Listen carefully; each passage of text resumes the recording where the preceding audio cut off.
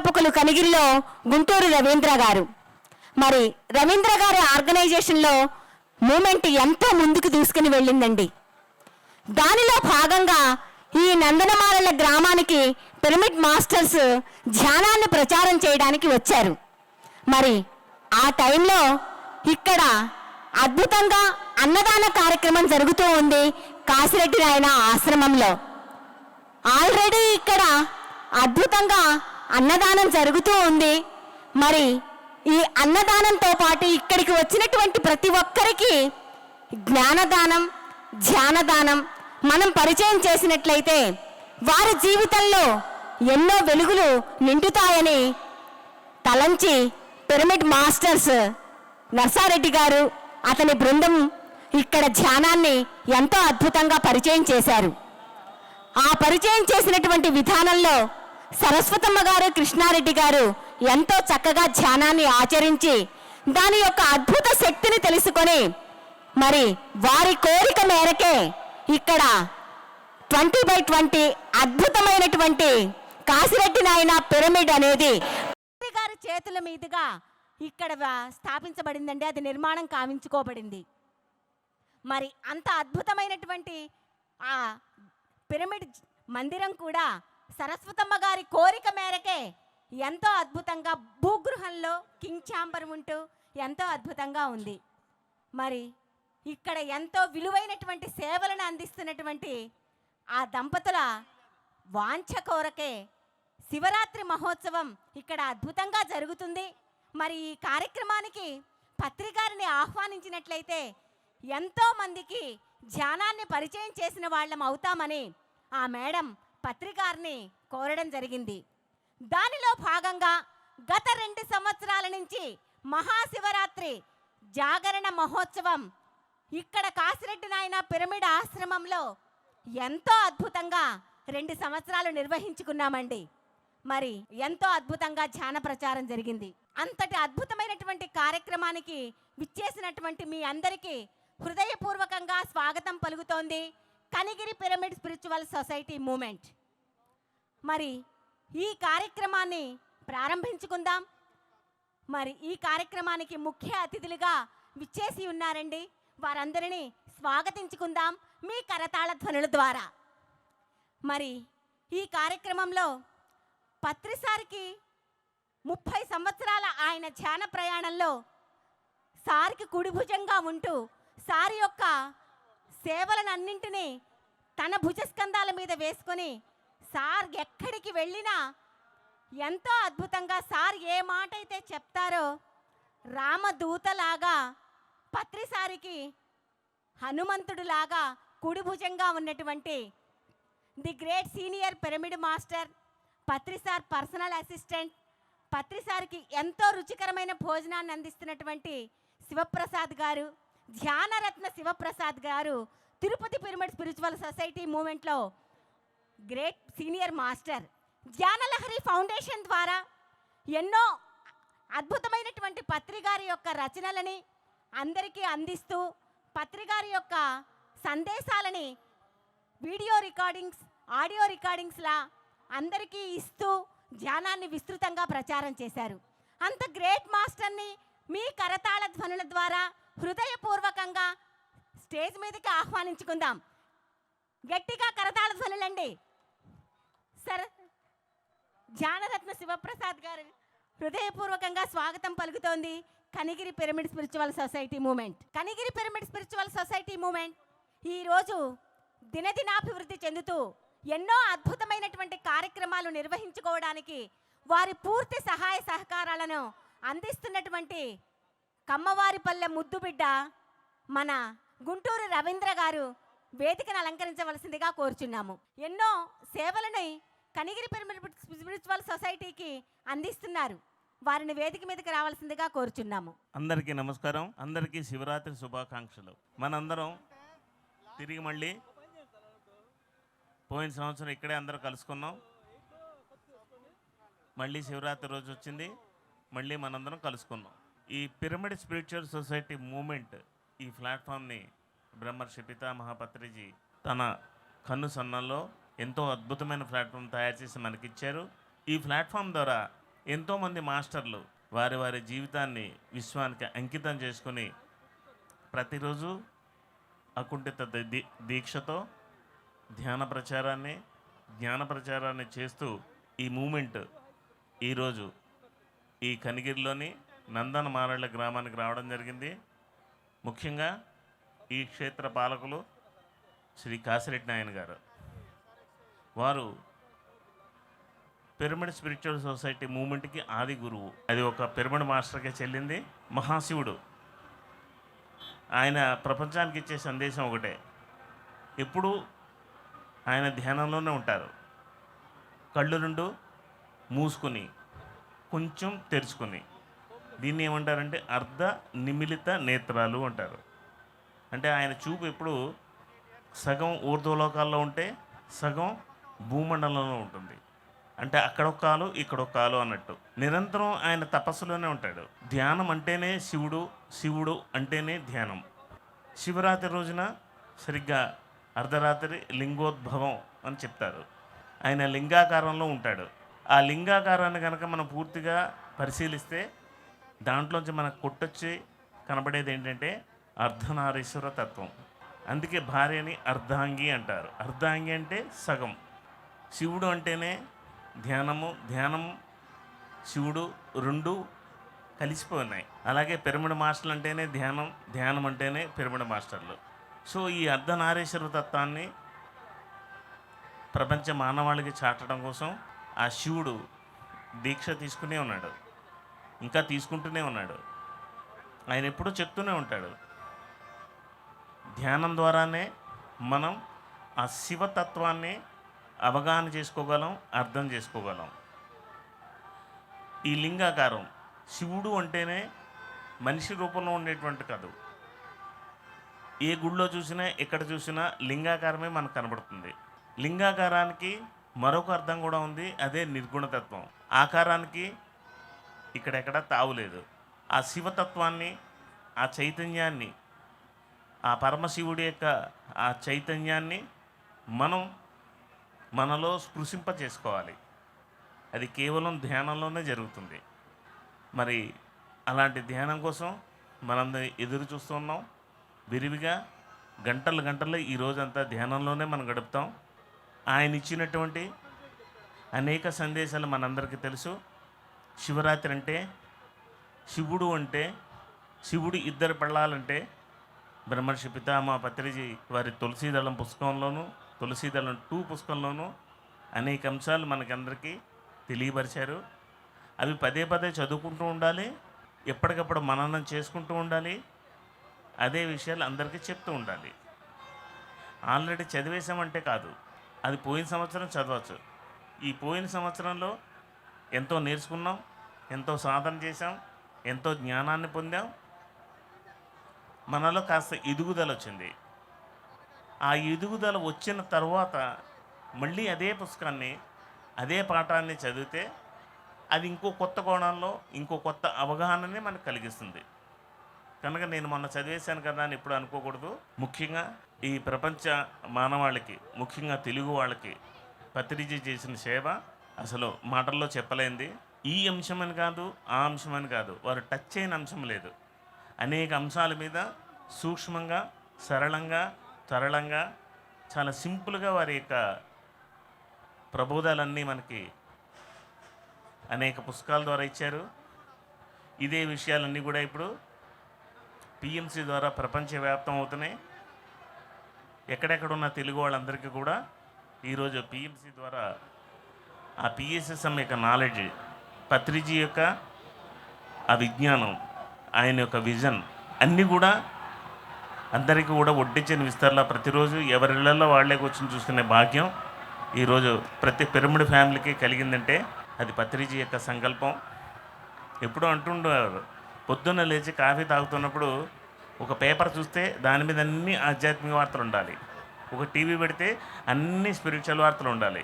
అవన్నీ విని మన రోజువారీ జీవితం ప్రారంభం అవ్వాలి అని వారి కోరిక, వారి కళ నెరవేరింది. పొద్దున్న 6ంటికి నిద్రమంచం నుంచి లేవంగానే ఆ పిఎంసి పెట్టుకుంటే ఒకటా రెండా, ఒకళ్ళని మించిన వాళ్ళు ఒకళ్ళు ఒక మాస్టర్కి ఉండే క్వాలిటీ ఇంకో మాస్టర్ కాదు. ఎవరికి తక్కువ కాదు. ఎవరి ప్రత్యేకత వాళ్ళది, ఎవరి సృజనాత్మకత వాళ్ళది, ఎవరి క్రియేటివిటీ వాళ్ళది, ఎవరి ఇన్నోవేషన్ వాళ్ళది.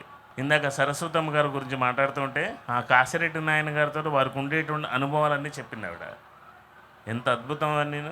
అలా ఒక్కొక్క పిరమిడ్ మాస్టరు ఎవరిని కదిలించినా వాళ్ళ దగ్గర నుంచి వచ్చేది అలా జలపాతంలాగా ఆ జ్ఞానవాహిని వస్తూనే ఉంటుంది.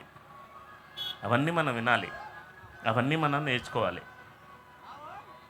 మరి ఈరోజు ఎంతోమంది అనేక ప్రాంతాల నుంచి ఇక్కడికి వచ్చున్నారు.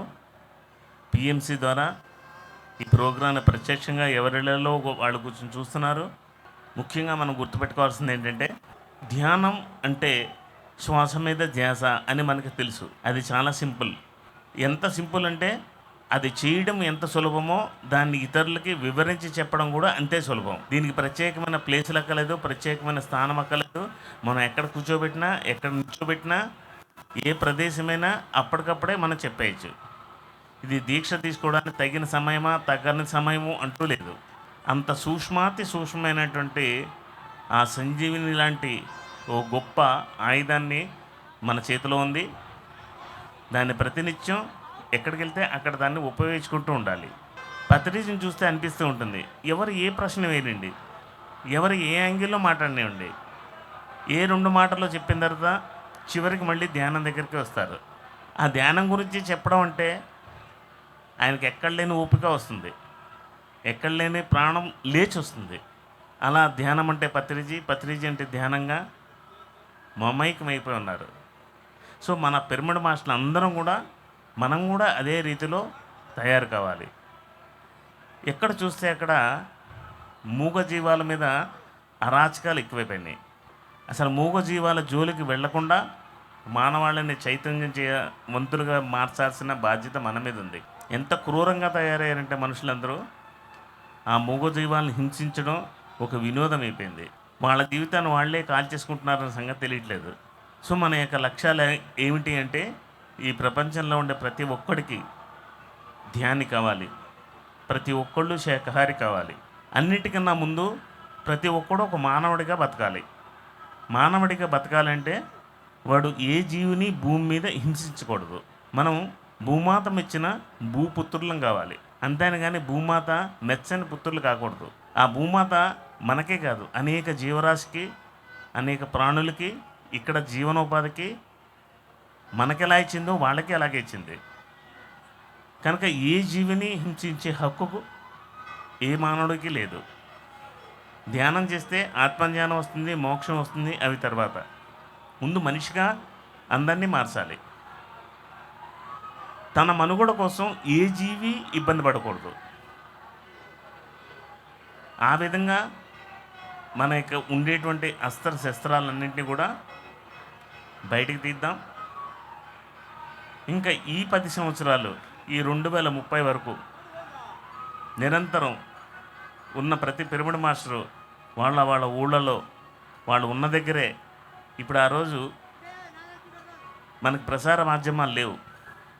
ఇప్పుడు పిఎంసి పెద్ద ఆయుధం దొరికింది. అన్నిటికన్నా మన చేతిలో ఉండే సెల్ ఫోన్. పొద్దున్న లేవంగానే ఫేస్బుక్లో do meditation, teach meditation, be vegetarian, ఈ మెసేజ్ పెట్టండి. అది చదివిన తర్వాత ఆ వర్డ్స్లో ఉండే ఎనర్జీ అనేది ఎంతోమందిని మార్పు గురిచేస్తుంది. ఈ మధ్యకాలంలో విన్నటువంటి వార్తలు ఎలా ఉన్నాయంటే, జస్ట్ యూట్యూబ్లో ఆ పిఎంసి చూసి, ఆ పిరమిడ్ వ్యాలీ చూసి, ఆ కడతాలు చూసి ఇదేమిటో చూద్దాం అని తండోపతండాలుగా అందరూ వస్తున్నారు. జనాల్లో అవేర్నెస్ పెరిగింది కనుక ధ్యానం యొక్క ఆవశ్యకత తెలిసింది. ఈ ధ్యానం లేకపోతే జీవితం ఏమైపోతుందో అనేది ఈ 4-5 సంవత్సరాల నుంచి విశేషంగా అందరికీ బాగా అవగతమైంది. ఇది ఏమిటో, ఎలా ఉంటుందో తెలుసుకోవడానికి ప్రతి ఒక్కళ్ళు కూడా ఎదురు చూస్తూ ఉన్నారు మన కోసం. సో మన యొక్క సమయాన్ని ఆల్రెడీ మనం అదే ప్రాజెక్ట్లో ఉన్నాం, అదే పనిలో ఉన్నాం. ఇన్ని సంవత్సరాలు, గత 42 ఏళ్ల నుంచి అలుపెరగని పోరాటం చేశారు. ఎక్కడా 1 గంట విశ్రాంతి తీసుకోలేదు. ఆ సమయ పాలన ప్రోగ్రాం ఉంది అంటే రాత్రి 2ంటికి పడుకున్నా, తెల్లవారుజామున 5కి లేచిపోయి రెడీ అయిపోయి అందరినీ పరిగెత్తించి అలా జర్నీ చేసుకుంటూ చేసుకుంటూ చేసుకుంటూ ఇన్ని సంవత్సరాలు ఎలా తిరిగారంటే మాటల్లో చెప్పలేం. అంత అద్భుతంగా ఊరు వాడ తిరిగిన ఊరే తిరిగి చిన్న చిన్న గ్రామాల్లో చిన్న చిన్న పట్టణాల్లో తిరగని ప్రదేశం లేదు. ఒక్కొక్క ప్రదేశానికి ఎన్నెన్నిసార్లు వెళ్ళారో మనకే తెలీదు. అన్నిసార్లు వెళ్ళి ఒక్క మనిషి కోసం ఒక ఊరు కోసం అనేక సార్లు తిరిగిన చోటే తిరిగి తిరిగి తిరిగి తిరిగి ఎంత చేశారో ఒక్కసారి మనం ఆలోచించుకుంటే ఇంకా మనం ఎంత చేయాలో మనకు తెలుస్తుంది. పిరమిడ్ స్పిరిచువల్ సొసైటీ మూమెంట్లో ప్రతి ఒక్క మాస్టర్ అద్భుతమైనటువంటి గురువుగా మారే విధంగా సార్ ట్రైనింగ్ ఇచ్చారు. ఏ పిరమిడ్ మాస్టర్ నోటి వెంట అయినా సరే ముత్యాల లాంటి మాటలు, ఆచరణ సాధ్యమైనటువంటి వాక్యాలు మాత్రమే వెలువడతాయి. మూమెంట్లో ఎన్నో కార్యక్రమాలను విజయవంతంగా ఎంతోమంది పిరమిడ్ మాస్టర్స్ వారి భుజస్కంధాల మీద వేసుకుని వర్క్ చేస్తూ ఉంటారు, గురువు గారి వాక్య పరిపాలనను తీసుకుని. అలా ప్రతి ఒక్క పిరమిడ్లోనూ తన యొక్క అద్భుతమైనటువంటి సంకల్పాన్ని, అతని డిజైన్ని అక్కడ చేర్చి, కడ్తాల్ పిరమిడ్ అయితే ఏమి, వశిష్ఠ గౌతమి పేరవరం పిరమిడ్ అయితే ఏమి, పిరమిడ్ వ్యాలీ ఇంటర్నేషనల్ అయితే ఏమి, ఎక్కడ అద్భుతమైనటువంటి పిరమిడ్లు నిర్మించబడిన, ఈవెన్ బోధిధర్మ పబ్లిక్ స్కూల్లో నిర్మించబడిన 45x45 పిరమిడ్ అయితే ఏనేమి, అన్ని పిరమిడ్లు అంత అద్భుతంగా తీర్చిదిద్దబడటానికి అక్కడ జరిగేటువంటి అన్ని కార్యక్రమాల్లోనూ వాళ్ళ సలహాకారాలు అందిస్తూ, సలహాలను సూచిస్తూ ఎంతో అద్భుతంగా నిర్మిస్తున్నారు. నేనైతే ఆయనని అపార భగీరథుడు అంటాను. ఎందుకంటే ఎంతో అద్భుతమైనటువంటి కార్యక్రమాలు. భగీరథుడు పైనుంచి గంగమ్మని ఎలా తీసుకొని వచ్చారో ఆ విశ్వశక్తిని కిందకి తీసుకొని రావటానికి పిరమిడ్ల నిర్మాణంలో అద్భుతమైనటువంటి సలహాలను ఇస్తున్నటువంటి great master, Guntur senior pyramid master Velagapudi Lakshmanarao గారిని వేదిక మీదకి రావలసిందా సగౌరవంగా మన కరతాళ ధ్వనులతో స్వాగతం పలుకుదాం. Thank you, thank you, thank you sir. మా మాస్టర్ గురించి చెప్పాలి అంటే మీ అందరికీ తెలుసు, నవ్వుల రారాజు అంటారు. ఆయన మొహంలో ఎప్పుడూ ఆ చిరునవ్వు ఎంత తాండవిస్తుంది అంటే అది ప్రతి ఒక్కరికి ఆ చిరునవ్వు మన మొహం మీద కూడా ఉంటే ఎంత బాగుంటుంది అని అనిపించే విధంగా అంత బాగుంటుంది ఆ సారి యొక్క చిరునవ్వు. వారు చేసే పనులు కూడా అంత అద్భుతంగా ఉంటాయి. మరి అంతటి సీనియర్ మాస్టర్ దగ్గర నుంచి ఈరోజు ఈ మహాశివరాత్రి జాగరణ మహోత్సవంలో వారి సందేశాన్ని తీసుకుందాం. Thank you. సరే, ఈరోజు మహాభారతంలో జరిగినటువంటి ఓ గొప్ప అంశంతో మనం ఇక క్లాసును ప్రారంభించుకుందాం. మహాభారతం అంటే అది ఎటువంటి పామరుడైనా ఎటువంటి పండితుడైనా అది చదివారంటే వాళ్ళలో ఉండేటువంటి సందేహాలన్నీ కూడా నివృత్తి అయిపోతాయి. అలాంటి ఆ మహాభారతం మనకి ఎన్నో ఇచ్చింది, ఎన్నో నేర్పించింది. ఆ మహాభారతంలో ఓ గొప్ప యోగీశ్వరుడు ఉన్నాడు. ఆయన పేరే ధర్మవ్యాధుడు. ఆ ఊర్లో దగ్గరలో ఉండేటువంటి అరణ్యంలో తపస్సు చేసుకుంటూ ఒక మునీశ్వరుడు ఉంటారు. ఆయన పేరు సుకేశుడు. ఆయన పర్ణశాలలో కూర్చుని ధ్యానం చేసుకుంటూ బయటకు వస్తాడు. ఆయన బయటకు వచ్చి రోడ్డు మీదకి వెళ్తూ ఉంటే ఆకాశంలో ఓ పక్షి గాలిలో ఎగురుతూ రెట్ట ఈయన మీద పడుతుంది. అది చూడంగానే నా మీద రెట్టేస్తావా అని దాన్ని తీక్షణంగా చూసేసరికి అది కాలి బూడిదైపోతుంది. కొన్ని రోజులు అయిన తర్వాత ఆ ఊర్లో భిక్షాటనకి వెళ్తారు. ఒక ఇంటికి వెళ్ళేసరికి ఓ ఇల్లాలు ఉంటుంది. భవతి భిక్షాందేహి అనగానే ప్లేట్లో పళ్ళు అవన్నీ తీసుకుని ఆయనకి ఇవ్వడానికి దగ్గరకు వచ్చేసరికి ఆమె భర్త బయట నుంచి ఇంట్లోకి వస్తుంటాడు. ఆ ప్లేట్ అక్కడ పెట్టి ఆ భర్త కాళ్ళకడ కూడా నీళ్ళిచ్చి ఇంట్లో తీసుకెళ్ళి అన్నీ సపరేలు చేస్తుంది. వాడి కోపం వస్తుంది, అరే నన్ను ఇక్కడ నించోబెట్టి ఇలా చేస్తున్నా అని. అన్నీ అయిపోయిన తర్వాత బయటకు వచ్చి ఆ పళ్ళెల్లో ఉండేటువంటి పళ్ళు వచ్చినటువంటి ఆ స్వామీజీకి ఇవ్వబోతుంటే ఆయన ఇలా ఉరివి చూస్తూ ఉంటాడు. అప్పుడు అంటుంది, నేనేమి ఆకాశంలో పక్షిని కాదండి. స్టన్ అయిపోతాడు. అక్కడెక్కడో అడవిలో అప్పుడో జరిగిన సంగతి ఈవిడికి ఎలా తెలుసు అని స్టన్ అయిపోయి అడుగుతాడు, ఇవన్నీ నీకెలా తెలుసు అని. నన్ను కాదు, దగ్గరలో మిథిలా నగరం అని ఉంది, అక్కడ ధర్మవ్యాధుడు అని ఉంటాడు, ఆయన దగ్గరికి వెళ్ళి నీకు అన్నీ చెప్తాడు అని చెప్పేసరికి అక్కడి నుంచి మిథిలా నగరం వెళ్తాడు. ధర్మవ్యాధుడు ఎక్కడ అంటే ఓ ప్లేస్కి వెళ్తాడు. అక్కడ మాంసం దుకాణంలో మాంసం అమ్ముతూ ఉంటాడు ఆయన. వెళ్ళి నేను పలానా ఊరి నుంచి వచ్చాను, ఇది విషయం అని చెప్పంగానే ఇక్కడ వాతావరణం బాగాలేదు, వైబ్రేషన్స్ కూడా సరిగ్గా లేవు, కాసేపు ఆగితే నా డ్యూటీ అయిపోతుంది, మన ఇంటికి వెళ్ళిన తర్వాత అన్నీ మాట్లాడుకుందాం అంటాడు. సరే వాళ్ళు ఇంటికి వెళ్తారు. ఇంటికి వెళ్ళేసరికి ముసలి తల్లిదండ్రులు మంచం మీద ఉంటారు. వాళ్ళకి కావాల్సిన సపర్యలన్నీ చేసిన తర్వాత కాసేపటికి ఈ మిత్రుడితో కూర్చుని చెప్తాడు. అప్పుడు ధర్మవేదుడు అంటాడు, చెప్పు నాయన ఏంటి సంగతి అని. శ్రీ సిద్ధ నాగేశ్వరరావు గారు వచ్చారు, వారిని వేదిక మీద రావాల్సిందిగా కోరుతున్నాం. గట్టిగా చప్పట్లు కొడతాం. పిఎంసి డైరెక్టరు, ప్రకాశం జిల్లాలో అనేక కార్యక్రమాలన్నీ చేపడుతూ ఉన్నారు. వీరి కుటుంబం పిఎస్ఎస్ఎం ప్లాట్ఫామ్కి ఎనలేని సేవ చేసింది. మరి ఈరోజు ఇక్కడికి వీరు రావడం చాలా గొప్ప సంతోషం. గట్టిగా చప్పట్లు కొడదాం. ఇలాగే ఈ రాత్రి అంతా వాళ్ళ సమయం ప్రకారం అనేక మంది వస్తుంటారు. వాళ్ళందరి దగ్గర మనకు కావాల్సిన విషయాన్ని మనం తెలుసుకుందాం. సో పాయింట్కి వద్దాం. ఆ ధర్మవ్యాధుడు ఆయనతో కూర్చొని మాట్లాడుతూ ఉంటాడు. అప్పుడు ఆయన అడుగుతాడు, నేను అడవిలో కూర్చుని ఓ పక్షిని భస్మం చేసిన సంగతి ఆ ఇల్లాలకి ఎలా తెలుసు, మీకు ఎలా తెలుసు, మీ దగ్గర ఉండేటువంటి శక్తులు ఏంటి, దానికి మీరు ఏ సాధనలు చేశారు అని అడిగితే ఆయన చెప్తాడు, మేమేం సాధన చేయలేదు, మా డ్యూటీ మేము చేస్తాం, మా దగ్గర సమయ పాలన ఖచ్చితంగా ఉంటుంది, ఎప్పుడు ఏ పని చేయాలో దాన్ని చేసుకుంటూ పోతాం, ఎక్కడ ఒక్క క్షణం సమయాన్ని వృధా చేయం. 500 గ్రాములు తూచాలంటే 500 గ్రాములే తూస్తా, 1 గ్రామ్ ఎక్కువ ఉండదు, 1 గ్రామ్ తక్కువ ఉండదు. ఎన్ని రూపాయలు తీసుకోవాలో అన్నే తీసుకుంటాం, ఎంత పని చేయాలో అంతే చేస్తాం. మా దగ్గర ఉండేటువంటి సమయ పాలన, మా యొక్క కర్తవ్య పాలన మేము చూసుకుంటూ వెళ్ళిపోతూ ఉంటాం. అంతేని కానీ ఇలాంటి దివ్య శక్తుల కోసం మా దగ్గర ఎలాంటి సాధనలు లేవు, ఎలాంటి పరికరాలు లేవు. మా దగ్గర తెలిసినది ఒకటే, కర్తవ్యం దైవమాన్నికం అని భావించి ఆ డ్యూటీని మేము చేసుకుంటూ పోతుంటే మాకు వెనకాల దారిలో వచ్చేటువంటివన్నీ ఇలా కలుస్తూ ఉంటాయి, వాటిని మేమేం పట్టించుకో ఉంటాడు. సో ఈ చిన్న ఉదంతం నుంచి మనం తెలుసుకోవాల్సింది ఏంటంటే, మన దగ్గర సమయ పాలన, ఎప్పుడు ఎక్కడ ఏ పని చేయాలి, మన అవసరం ఎక్కడుంది, మన అవసరం ఎక్కడ లేదు, మనం ఎక్కడికెక్కడ వెళ్ళాలి అని మన మేనేజ్మెంట్ని మనం ఖచ్చితంగా నిర్వర్తించుకుంటూ ఉండాలి. Thank you very much. Shri Lakshmanarao గారిని వారి సందేశం ఇవ్వాల్సిందిగా కోరుతున్నాం. జగద్గురు బ్రహ్మర్షి పితామహ పత్రిజీ గారికి, పత్రిజీ మేడం గారికి, ఇక్కడికి వచ్చిన ధ్యాన మిత్రులందరికీ కూడా ధ్యానాభివందనాలు. ఈరోజు మహాశివరాత్రి. శివుడు ఎలా ఉంటారు మై డియర్ ఫ్రెండ్స్? ఎప్పుడు ధ్యాన స్థితిలో ఉంటారు. ఆయన దగ్గర నేర్చుకోవాల్సింది మనం అదొక్కటే. పశు స్థితిలో నుంచి పశుపతిగా ఎదగటమే, ఆ శివుడిగా మనం ఎదగటమే మనిషి ప్రతి ఒక్కరూ ధ్యేయం. అందుకే భూమి మీదకి వస్తాం, ప్రతి ఒక్కరూ నేర్చుకోవాలి.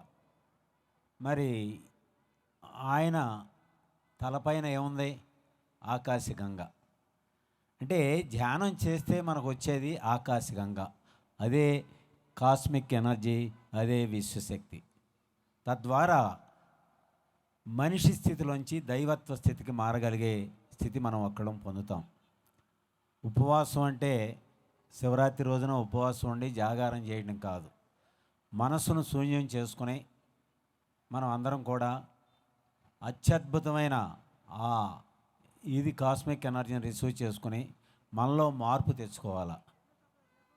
మరి నా పేరు లక్ష్మణరావు. ప్రతి మనిషి భూమి మీదకి నేర్చుకోవటానికి వస్తాడు, లెర్నింగ్ కోసం. జ్ఞానం లేనప్పుడు దుఃఖంగా నేర్చుకుంటాడు, జ్ఞానం వచ్చినప్పుడు ఆనందంగా నేర్చుకుంటాడు. ఆ జ్ఞానం ఎలా వస్తుంది? ఓన్లీ మెడిటేషన్ ద్వారానే, మిగతా టైంలో రాదు. అది తనలోకి తన ప్రయాణం చేసినప్పుడే తన లోపాలు ఎత్తుక్కుంటాడు. ఎదటి వాళ్ళలో ఉండే, అందరిలో ఉండే, ప్రతి సృష్టిలో ఉండే అంతా, సృష్టిలో మనకు నేర్పడానికి అంతా ఉంది. ప్రతి మనిషి, ప్రతి జీవి మనం నేర్చుకోవడానికి రెడీగా ఉన్నప్పుడే వాళ్ళ దగ్గర జ్ఞానం కనపడుతుంది.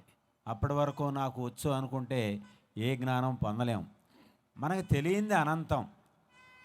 మొట్టమొదట నా తల్లిదండ్రుల తర్వాత నాకు ఆ జ్ఞానం నేర్పింది దున్నపోతులు. నిజంగా అప్పుడు తెలియదు చిన్నప్పుడు. చదువుకునే టైంలో దున్నపోతుల దగ్గర ఆ యొక్క ప్రేమ యొక్క గ్రేట్ ఆ రోజు నేను తెలుసుకున్నాను. నేను ఎలా అంటే పొలంలో ధాన్యం రోడ్డు మీద తోలాలంటే ఆ రోజు మాకు ఎడ్లు కూడా లేవు, దున్నపోతులు ఉన్నాయి. ఆ రోజు నేను వాటిని హక్ చేసుకుని ప్రేమతో మీరు ఈరోజు అద్భుతంగా పనిచేయాలి బంగారులు అని ఆ చెవుల్లో ప్రేమతో కోరి ఈ పని అవ్వగానే పెళ్లి మిశ్ర పొలంలో పంపిస్తాను అనగానే ఒక 70 కోణగా ఒక 60 కోణగా 3 రోజులు చేసే పని ఒక్క రోజులో చేయగలిగినాయి మై డియర్ ఫ్రెండ్స్. అది మొట్టమొదట వాటి దగ్గర నేర్చుకున్నా నేను.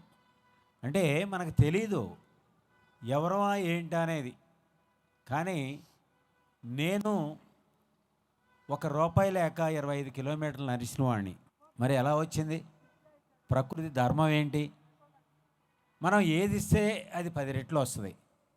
ఆకలేసి జగ్గైపేటలో పెనిగించిపోల నుంచి జగ్గైపేట నడుచుకుంటూ వెళ్ళినాడిని.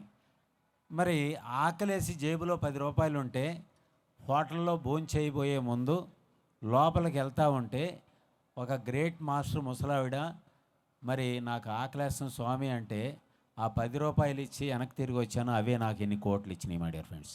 ఈరోజు సత్యం తెలియదు మనకి.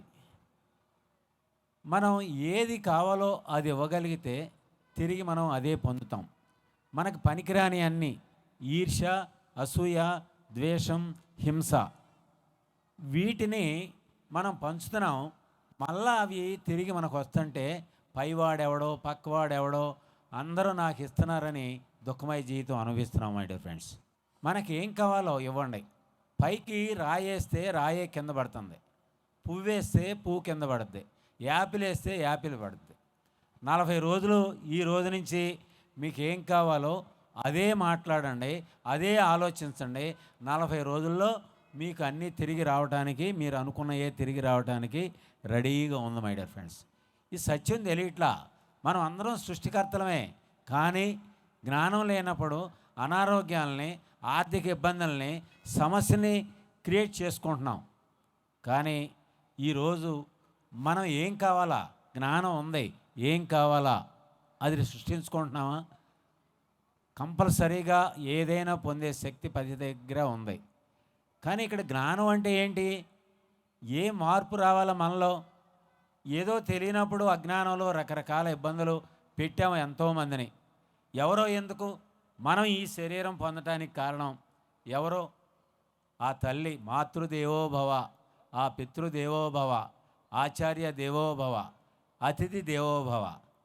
మరి ఆ తల్లి నవమాసాలు మోసి మలమూత్రాలు తీసి చిన్న దెబ్బ తగిలితే విలవిల్లాడే ఆ గ్రేట్ తల్లిని నేను ఎదిగిన తర్వాత ఈరోజు నేను ఈ స్థితికి రావటానికి కారణమైన ఆ గ్రేట్ తల్లిని ఈరోజు నా బిడ్డలతో సమానంగా చూస్తున్నానా మై డియర్ ఫ్రెండ్స్? ఎవరికి వాళ్ళు చెక్ చేసుకోవాలా. మన లోపాలు ఏంటి, ఎలా జీవిస్తున్నాం అనేది మనలో లోపాలని సరి చేసుకుని మరి ఆ తల్లిని హక్ చేసుకుని ఈరోజు అమ్మ నన్ను క్షమించు అని అంటే ఆ కర్మల్లోంచి విడుదలవుతారు. మనస్ఫూర్తిగా పశ్చాత్తాపంతో ఎన్నో రకాల మూగజీవుల్ని ఎన్నో రకాలుగా ఇబ్బందులు పెట్టాం. మరి వాటికి ఎప్పుడైనా క్షమాపణ కోరామా? మనకి ఎంతోమంది ఇబ్బందులు పెట్టి ఉంటారు, వాళ్ళందరికీ ప్రేమతో వాళ్ళందరినీ క్షమించామా? ఇది లేనిదే కర్మబంధాల్లోంచి విడుదలవ్వం. ప్రతిదీ ఇక్కడ మెడిటేషన్ చేస్తే ఎన్నో విజన్స్ రావచ్చు, కానీ నిజ జీవితంలో ఆ జ్ఞానంతో ఎలా జీవిస్తున్నాం అనేది తెలుసుకోవాలి మై డియర్ ఫ్రెండ్స్. ఎప్పుడో 30 సంవత్సరాల క్రితం బ్రహ్మజ్ఞానం పొందిన గ్రేట్ గురువు గారు ప్రతి ఊరు తను వచ్చిన పని తెలుసుకొని మరి ఇందాక చెప్తున్నారు ఆయన ఎంత అనారోగ్యంగా ఉన్నా ఏదైనా ఈరోజు కూడా ప్రపంచానికి మరి పరిగెత్తి జ్ఞానం పంచాలని ఆ రోజున 30 సంవత్సరాల క్రితం ప్రతి ఊరు మరి ఆ రోజున చిన్న చిన్న మోటార్ సైకిల్ స్కూటర్లో తిరిగేవారు, రైల్వే ప్లాట్ఫామ్లో పండుకునేవారు. ఆ రోజున మరి ఆయన వేసిన విత్తనాలే ఈరోజు వృక్షాలాగా ఎదిగి ఇంతమంది కొన్ని లక్షల మంది జ్ఞానం పొందటానికి ఆ గ్రేట్ గురువుకి ఒకసారి గట్టిగా క్లాస్ కొడదాం మై డియర్ ఫ్రెండ్స్. ప్రతి ఒక్కరం ఎలా ఉన్నాం? ఈరోజు మనలో మార్పు ఏమొచ్చింది? ఆ మార్పు మనలో తెలుసుకోకుండా ఎంత ఏది చేసినా మరి ఏమీ ఉపయోగం ఉండదు మై డియర్ ఫ్రెండ్స్. ధ్యానం చేయటంతో పాటు మరి సర్వీస్ ఏం చేస్తున్నాం, పక్క వాళ్ళకి ఏం చేస్తున్నాం, పక్క వాళ్ళని ఎలా చూస్తున్నాం, భార్యతో ఎలా ఉంటున్నాం, తల్లిదండ్రులతో ఎలా ఉంటున్నాం అనే మార్పు రావాలి మై డియర్ ఫ్రెండ్స్. ఒక అత్యద్భుతమైన మీరు అడుగు వేస్తే భూమి పులకించే స్థితిలో ఉండాలి మై డియర్ ఫ్రెండ్స్. ఈ మహాశివరాత్రి జాగరణ అంటే జాగరణ కాదు, ఒక అత్యద్భుతమైన సంగీతం మధ్యలో మనం ఇది అత్యద్భుతంగా ధ్యానం చేద్దాం. ఇప్పుడే మన ప్రాంగణానికి భిక్షమయ్య గురూజీ గారు వచ్చారు. ఒకసారి లేచి నిచ్చిన వాళ్ళకి చప్పటతో స్వాగతం పలుకుదాం. వారిని వేదిక మీదకి రావాల్సిందిగా ఆహ్వానిస్తున్నా. మనకి ఈరోజు శివరాత్రి విశిష్ట అతిథి వారు, విశేషమైన వారి యొక్క జ్ఞానాన్ని మనకి అందివ్వడానికి వచ్చారు. వారిని వేదిక మీద రావాల్సిందిగా కోరుతున్నాం. గట్టిగా చప్పట్లు కొడదాం మిత్రులారా. భిక్షమయ్య గురువు గారికి గట్టిగా క్లాప్స్ కొడదాం. ఎన్నో రోజులు ఎన్నో ప్లేసెస్లో ఆయన ఎన్నో సంవత్సరాల క్రితం నుంచి SSY మొట్టమొదటి అది, తర్వాత దీంట్లోకి వచ్చి ఎంతోమందికి ఆరోగ్యరీత్యా ఎన్నో అత్యద్భుతమైన జ్ఞానం మరి ఆ కార్యక్రమాలను ఎంతో అద్భుతంగా నిర్వహించిన గ్రేట్ మాస్టర్కు ఇంకొకసారి గట్టిగా క్లాప్స్ కొడదాం. ఎవరమైనా సరే ఆత్మస్థితిలో మనం అందరం జీవించాలి మై డియర్ ఫ్రెండ్స్. ఆత్మ ఏం కోరుకుంటుంది? ఎప్పుడు ఎంజాయ్మెంట్ కోరుకుంటుంది. మరి మనం ఎలా ఉంటున్నాం? సమస్యల్లో, కష్టాల్లో, బాధల్లో, దుఃఖాల్లో ఇవన్నీ ఎవరికి పడతాయి? ఓన్లీ శరీరానికే. శరీరంలో ఉన్న ఆత్మస్థితిలో ఉంటే అన్నీ కూడా ఒక ఎంజాయ్మెంట్ లాగా ఉంటుంది, జీవితం ఆనందంగా ఉంటుంది. అది ప్రతి ఒక్కరూ ఈరోజు మనలో ఉన్న లోపాలు సరి చేసుకుని మరి ఆ పరమేశ్వరులాగా తయారవుదాం. Thank you very much. Thank you Lakshmanarao garu. ఒకసారి గట్టిగా చప్పట్లు కొడదాం. మరి ఈరోజు విశిష్ట అతిథి శ్రీ భిక్షమయ్య గురూజీ గారు. వారు PMCలో మనకి అనేక ఎపిసోడ్లో వారి యొక్క జీవితాన్నంతా కూడా మనకి ఆ జీవిత అనుభవాలన్నీ మనకి ఇచ్చున్నారు. ఎన్నోసార్లు కర్తాలు వచ్చున్నారు. ఎక్కడ ఏ ప్రోగ్రాం జరిగినా మీరు రావాలి అంటే వారికి ఎన్ని పనులున్నా వదిలేసి వస్తారు. మరి ఈరోజు కనిగిరి రావడం చాలా గొప్ప విషయం. వారి సందేశాన్ని తీసుకోవడానికి ముందు సిద్ధా నాగేశ్వరరావు గారిని వారి సందేశం ఇవ్వాల్సిందిగా. అందరికీ నమస్కారం అండి. ముఖ్యంగా వేదికను అలంకరించిన భిక్షమయ్య గారికి, లక్ష్మణరావు గారికి, మన శివప్ప గారికి, లక్ష్మీ మేడం గారికి అందరికీ నమస్కారం. అలానే మన అందరి గురువు దైవము మన సుభాష్ పత్రిజీ గారి దంపతులకు నమస్కారాలు. ఇప్పుడు ఈ రోజున వారు రాలేకపోయారు. దానికి మనం అందరం ఎంతో కొరవగానే ఉన్నాము, అసంపూర్తిగానే. సరే, నెక్స్ట్ ఇయర్ అయినా తప్పనిసరిగా వస్తారు ఇక్కడికి. ముఖ్యంగా ఇప్పుడు మనం పత్రిజీ గారి గురించి చెప్పుకోవాలంటే పెద్దలంతా ఉన్నారు. నాకు తోచిన ఒకే ఒక మాట చెప్తాను. నేను సారు ఎక్కడికి ఆదేశిస్తే అక్కడికి ప్రోగ్రాములు పెడుతుంటాను, అది అందరికీ తెలిసిందే. నెక్స్ట్ ఇప్పుడు మన పత్రిజీ గారిని ఇప్పుడు గాంధీజీ గారు మన దేశ ప్రజలకి బానిస సంఖ్యలు విడిపించడానికి ఎంతో కృషి చేసి మనకి జాతికి విముక్తి కలిగించి జాతిపిత అయ్యారు. అలానే మన పత్రిజీ గారు ప్రపంచ జాతిపిత అని ఆయనకు బిరుదు ఇవ్వాలి. ఎందుకంటే మన ప్రపంచంలో ఉన్న అందరికీ జ్ఞానం నేర్పించడం, శాకాహారులుగా మార్చడం, ఆరోగ్యం బాగు చేసుకోవటం, అందరు చక్కగా చదువుకోవటం, తల్లిదండ్రులు బాగా చూసుకోవటం అనే దానిలో మొట్టమొదటిగా జ్ఞానం కానించి మొదలైతే అందరిలో మార్పు వచ్చి అందరూ అన్ని విధాల బాగుండి ఈ ప్రపంచం అంతా జ్ఞానమయం, శాకాహారమయం కావాలని కోరుకుంటూ సెలవు తీసుకుంటున్నాను. సో ఒకసారి గట్టిగా చప్పట్లు కొడదాం మిత్రులారా. ఇంకా గట్టిగా ఇప్పుడు స్వామివారు విస్తారంగా శివరాత్రి సందేశాన్ని ఇవ్వవలసిందిగా మీ తరపున కోరి ప్రార్థిస్తున్నా. జై గురుదేవ్. ఓం శ్రీ సాయిరామ్. ఓంకార బీజ రూపాయ సర్వేశాయ జగత్పతే ప్రథమాయ నమస్తుభ్యం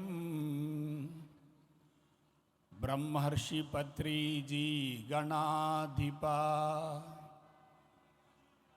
ఓం సాయీశ్వరాయ విద్మహే సత్యదేవాయ ధీమహి తన్నః సర్వా ప్రచోదయాత్. ఓం శాంతి శాంతి శాంతి. హరి ఓం. శ్రీ గురుభ్యో నమః. హరి ఓం.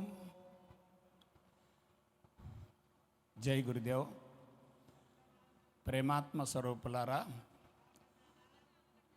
మహాశివరాత్రి పర్వదినం సందర్భంగా శివోహం అనేటటువంటి ఈ కార్యక్రమాన్ని పరోక్షంగా ఆశీర్వదిస్తున్నటువంటి సుభాష్ పత్రిజీ పాదపద్మాలకు ప్రణమిల్లి నమస్కరిస్తూ, అలాగే వేదిక మీద ఉన్నటువంటి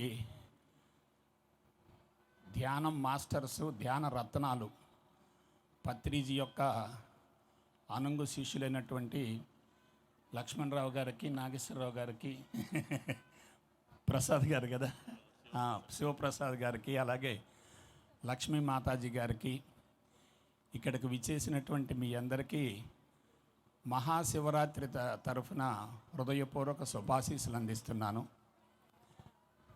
నాకు పత్రిజీ గారి మొట్టమొదటి దర్శనం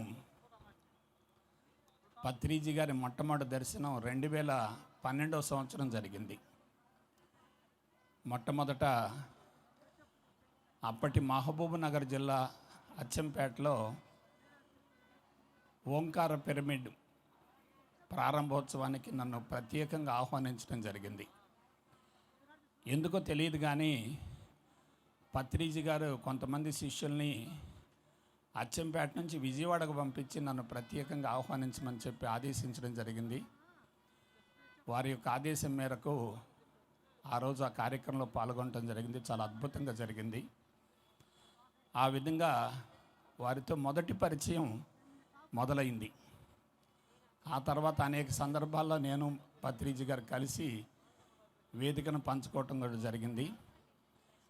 పోయిన సంవత్సరం 2021 సంవత్సరం జనవరి 13వ తేదీన కొట్టాలలో సంక్రాంతి సంబరాలు జరిగితే, నమస్తే సంక్రాంతి సంబరాల వేడుకలో పత్రిజీ దంపతుల యొక్క దర్శనం జరిగింది. ఆ రోజు నన్ను ఒక్కడనే ఆహ్వానించడం జరిగింది. ఆ తర్వాత పత్రిజీ గారు శ్రీరామనవమి సందర్భంగా 2021 శ్రీరామనవమి సందర్భంగా విజయవాడలో మా దంపతుల్ని ప్రత్యేకంగా ఇంటర్వ్యూకి ఆహ్వానించి ఇంటర్వ్యూ చేయించి ఆ కార్యక్రమాన్ని పిఎంసి ఛానల్ ద్వారా ప్రసారం గావించడం జరిగింది. పత్రిజీ గారిలో నేను ఒక సోదరుణ్ణి చూశాను. నాకు ఒక రకంగా చెప్పాలంటే అన్నయ్యే. ఆధ్యాత్మిక బంధం, ఆత్మానుబంధం, ఇద్దరిది ఒకే లక్ష్యం. అదేమిటంటే ఒక ఆదర్శ ప్రపంచ నిర్మాణాన్ని కళ్ళతో చూడాలనేటటువంటి లక్ష్యంతో మేమిద్దరం కూడా ముందుకెళ్తున్నాం. ఈరోజు వారు ప్రత్యక్షంగా మన మధ్య లేకపోయినా సరే, మనమందరం కూడా సూక్ష్మ రూపంలో ఇక్కడ ఉన్నటువంటి పత్రిజీ గారి దంపతులకు ప్రాణమెల్లి పాదాబంధనం చేద్దాం. నేను ప్రత్యేకంగా ఆధ్యాత్మిక ప్రసంగం ఏమీ చెప్పను, కానీ కొన్ని విషయాలు క్లుప్తంగా మీతో పంచుకుంటాను. నేను ఒక సాధారణమైనటువంటి పేద రైతు కుటుంబంలో జన్మించాను. అనుకోకుండా 91వ సంవత్సరంలో ఈ ఆధ్యాత్మిక మార్గంలో ప్రవేశించడం జరిగింది. ఇప్పటికి దాదాపు 3 దశాబ్దాలు పూర్తయ్యాయి. 91వ సంవత్సరంలో ఈ మార్గంలోకి వచ్చాను. ఇప్పుడు 2022వ సంవత్సరం కొనసాగుతుంది కాబట్టి 3 దశాబ్దాలు పూర్తయ్యాయి. అయితే నేను ఆధ్యాత్మిక మార్గంలోకి ప్రవేశించక ముందు కొంచెం వామపక్ష భావజాలం నాలో ఎక్కువగా ఉండేది. కమ్యూనిస్ట్ భావాలు ఎక్కువగా ఉండేవి. వామపక్ష భావజాలం ఎక్కువగా ఉండేది. నాస్తికవాదం, హేతువాదం, సైన్స్ పరమైన పరిజ్ఞానం, వాటితో పాటు ఈ స్వామీజీలన్నా బాబాలన్నా గురూజీలన్నా కొంచెం వ్యతిరేకత ఏర్పరచుకున్న. ఎందువల్ల ఆ నాస్తికవాదం, హేతువాదం, వామపక్ష భావజాలంతో మనసంతా కూడా నెగిటివ్గా ఉండటం వల్ల వాళ్ళ పట్ల వ్యతిరేకతను ఏర్పరచుకున్నాను. అయితే నా అదృష్టం ఏంటంటే మా నాన్నగారు ఆధ్యాత్మిక గురువే. ఆయన కూడా కొంతమందికి మంత్రోపదేశాలు ఇచ్చేవారు. చిన్నపిల్లలకి ఏదన్నా జబ్బు వస్తే ఆయన ద్వారా వచ్చేదో అంతరం వేయించుకునేవాళ్ళు. అది నాకు కరెక్ట్గా తెలియదు. అది నేనేం చేసిన, ఆయన అంతరం వేస్తూ ఉంటే పక్కన కూర్చునేవాడిని. అంతరం వేయటం అయిపోయిన తర్వాత వాళ్ళు కొద్దిగా ₹1 డబ్బులు పెట్టి, తాంబూలం పెట్టి, కొంచెం బెల్లం ముక్క పెట్టేవాళ్ళు. నేను ఆ బెల్లం ముక్క కోసం కూర్చునేవాడిని అక్కడ. ఆ బెల్లం ముక్క నా చేతిలో పెట్టిన తర్వాత ఇంకా పరిగెత్తేవాడిని, వెళ్ళిపోయేవాడిని. అంటే నాకెందుకో ఈ ఆధ్యాత్మిక మార్గం, స్వామీజీలు, బాబాల పట్ల విద్యార్థిగా ఉన్నప్పుడే వ్యతిరేకతను కావాలని సృష్టించుకున్నాను. అది అజ్ఞానమే, ఒక రకంగా నెగిటివ్ మైండే, అపరిపక్వతే. కానీ 91వ సంవత్సరంలో ఈ ఆధ్యాత్మిక మార్గంలోకి ప్రవేశించడానికి మూల కారణం నాలో ఒక భయం పడింది. ఏమిటా భయం అంటే డెత్ ఫోబియా. మనిషికి 3 రకాల భయాలు ఉంటాయి. ఒకటి ఫైనాన్షియల్ ఫోబియా. ఇవాళ అందరికీ ఆర్థిక భయం ఎక్కువగా ఉంది. చూసుకోండి ఒకసారి. 2 బిడ్డల్ని కని పెంచి పెద్ద చేసి వాళ్ళని చదివించి వాళ్ళకు ఉద్యోగాలు వచ్చి వివాహమై వాళ్ళు జీవితంలో స్థిరపడేటట్టు చేయటం అనేది తల్లిదండ్రులకు పెద్ద యజ్ఞంగా మారింది. కొన్ని లక్షలు ఖర్చు పెడుతున్నారు. అందుకే ఎక్కువ మందిలో ఫైనాన్షియల్ ఫోబియా బాగా ఉంది. ఆ ఫైనాన్షియల్ ఫోబియా మానసిక ఒత్తిడిని పెంచుతూ చివరికి తర్వాత అది డిసీజ్ ఫోబియాగా మారుతుంది. ఏదో ఒక జబ్బు లోపల పడిపోద్ది. ఎందుకంటే మానసిక ఒత్తిడి పెరిగితే అవే జబ్బులు, అవే శరీరంలో జబ్బులుగా రూపాంతరం చెందుతాయి. అందుకని డిసీజ్ ఫోబియా ఎక్కువగా ఉంది. ఆ డిసీజ్ ఫోబియా వలన ఎక్కువ మంది ఆధ్యాత్మిక మార్గానికి వస్తున్నారు. యోగా అంటున్నారు, వాకింగ్ అంటున్నారు, స్విమ్మింగ్ అంటున్నారు, లాఫింగ్ అంటున్నారు, ప్రాణాయామం అంటున్నారు, ఆసనాలు అంటున్నారు, సూర్య నమస్కారాలు అంటున్నారు, చాలా చెప్తూ ఉన్నారు. సో ఇవన్నీ ఎందుకు ఆచరిస్తున్నారంటే డిసీజ్ నుంచి బయటపడటం కోసం. ఆ డిసీజ్ ఎప్పుడైతే లోపల ప్రవేశించిందో మనిషిలో డెత్ ఫోబియా పడుతుంది. ఈ జబ్బు వచ్చింది, ఎంతకాలం బ్రతుకుతాం లేదనేటటువంటి ఒక భయం మనిషిని వెంటాడి మనిషిని కృంగదీస్తుంది. నేను కూడా అటువంటి డెత్ ఫోబియాలో ఉన్నా. ఎప్పటివరకు 91వ సంవత్సరం వరకు ఆ ఫోబియాలో ఉన్నా. దానికి మూల కారణం ఏంటంటే నేను ఒక చిన్న కాన్సెప్ట్ చెబుతా, వేరే ఇంకేం కాదు. మీలో కొంతమంది తెలుసుకున్నా పర్వాలేదు.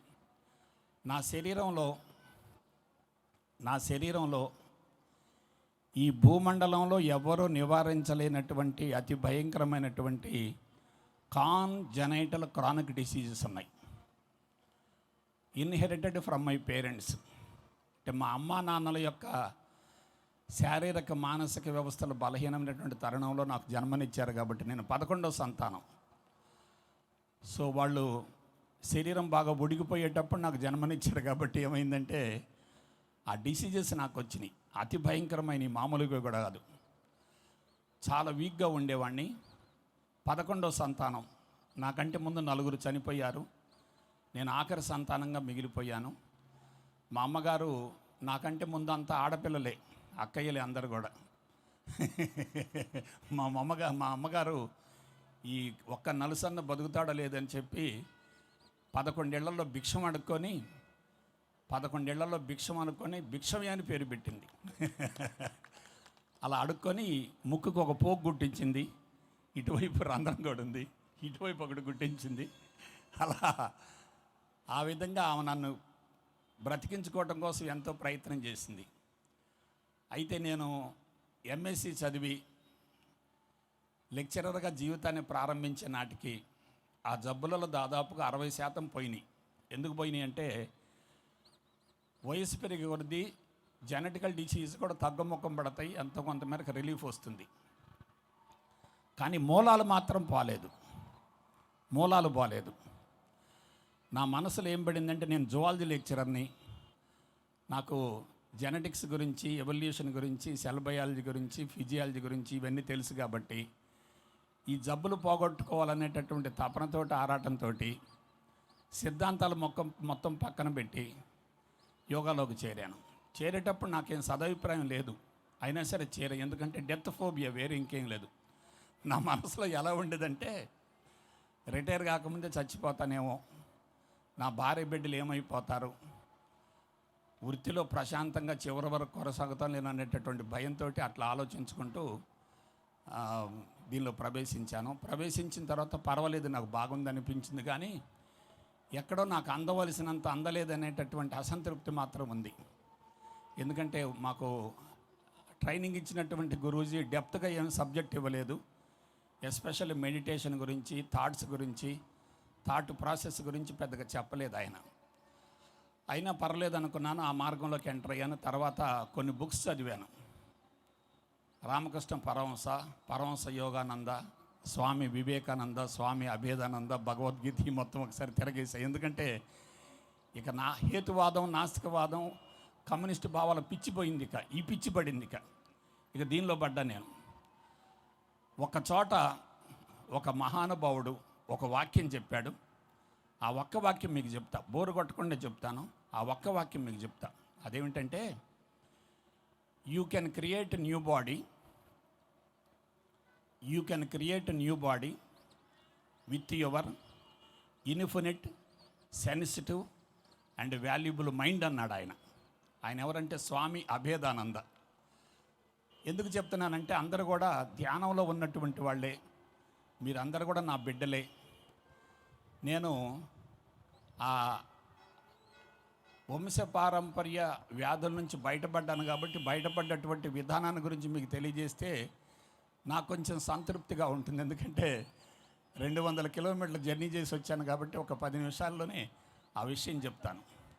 You can create new body with your infinite sensitive and valuable mind అన్నాడు. ఇంకొక మాట ఏం చెప్పాడంటే, అది కూడా మంచి వాక్యం, మీరు అందరూ తెలుసుకోవలసినటువంటి అంశమే. తెలుగులో కూడా చెప్తాను. Don't believe anything blindly however great he may be. చూడండి ఎంత మంచి మాట.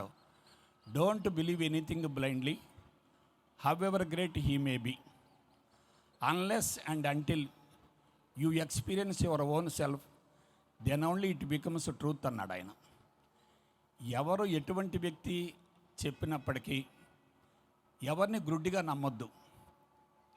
నీకు అనుభవంలోకి వస్తేనే అది సత్యం అవుద్ది, లేకపోతే ఊహగా మిగిలిపోద్ది అని చెప్పంటూ ఆధ్యాత్మిక మార్గంలో ప్రవేశించేటట్లయితే ఆరోగ్యాన్ని పొందటం అనేది జస్ట్ విజిటింగ్ కార్డే.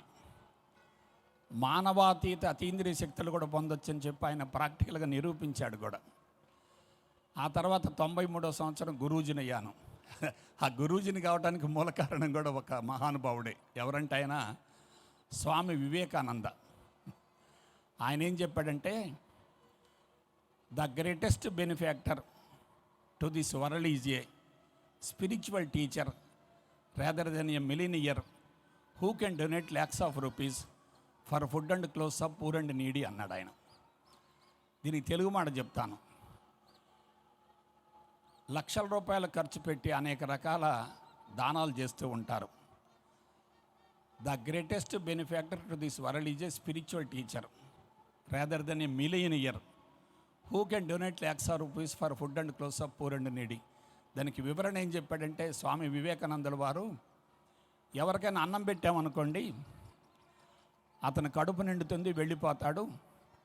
6 గంటలు అయ్యేసరికి అన్నం అరిగిపోద్ది, మళ్ళీ అన్నం కోసం చూస్తాడు తప్ప అన్నం సంపాదించుకోడు. అతనిలో పరోక్షంగా సోమరతనం పెరుగుద్ది అన్నాడు. ఎవరికైనా బట్టలు పెట్టారనుకోండి, 6 నెలలకి అవి చినిగిపోతాయి, మళ్ళీ బట్టల కోసం చూస్తాడు తప్ప సంపాదించుకోడు. మన బిడ్డల్ని ఉన్నత చదువులు చదివించి డాక్టర్నో ఇంజనీర్నో చేసి ఫారిన్ కంట్రీస్ పంపించినా సరే వాళ్ళ కుటుంబానికి ప్రాధాన్యతనిస్తారు తప్ప మనల గురించి పెద్ద ఆలోచించరు. కానీ ఆయన చెప్పిన మాట ఏంటంటే, ఎవరైనా అంతరంగంలో ఆత్మజ్యోతిని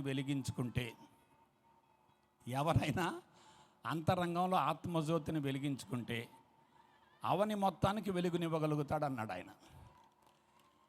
ఈ ఒక్క మాట నాలో విపరీతమైనటువంటి ప్రేరణ కలగజేసింది.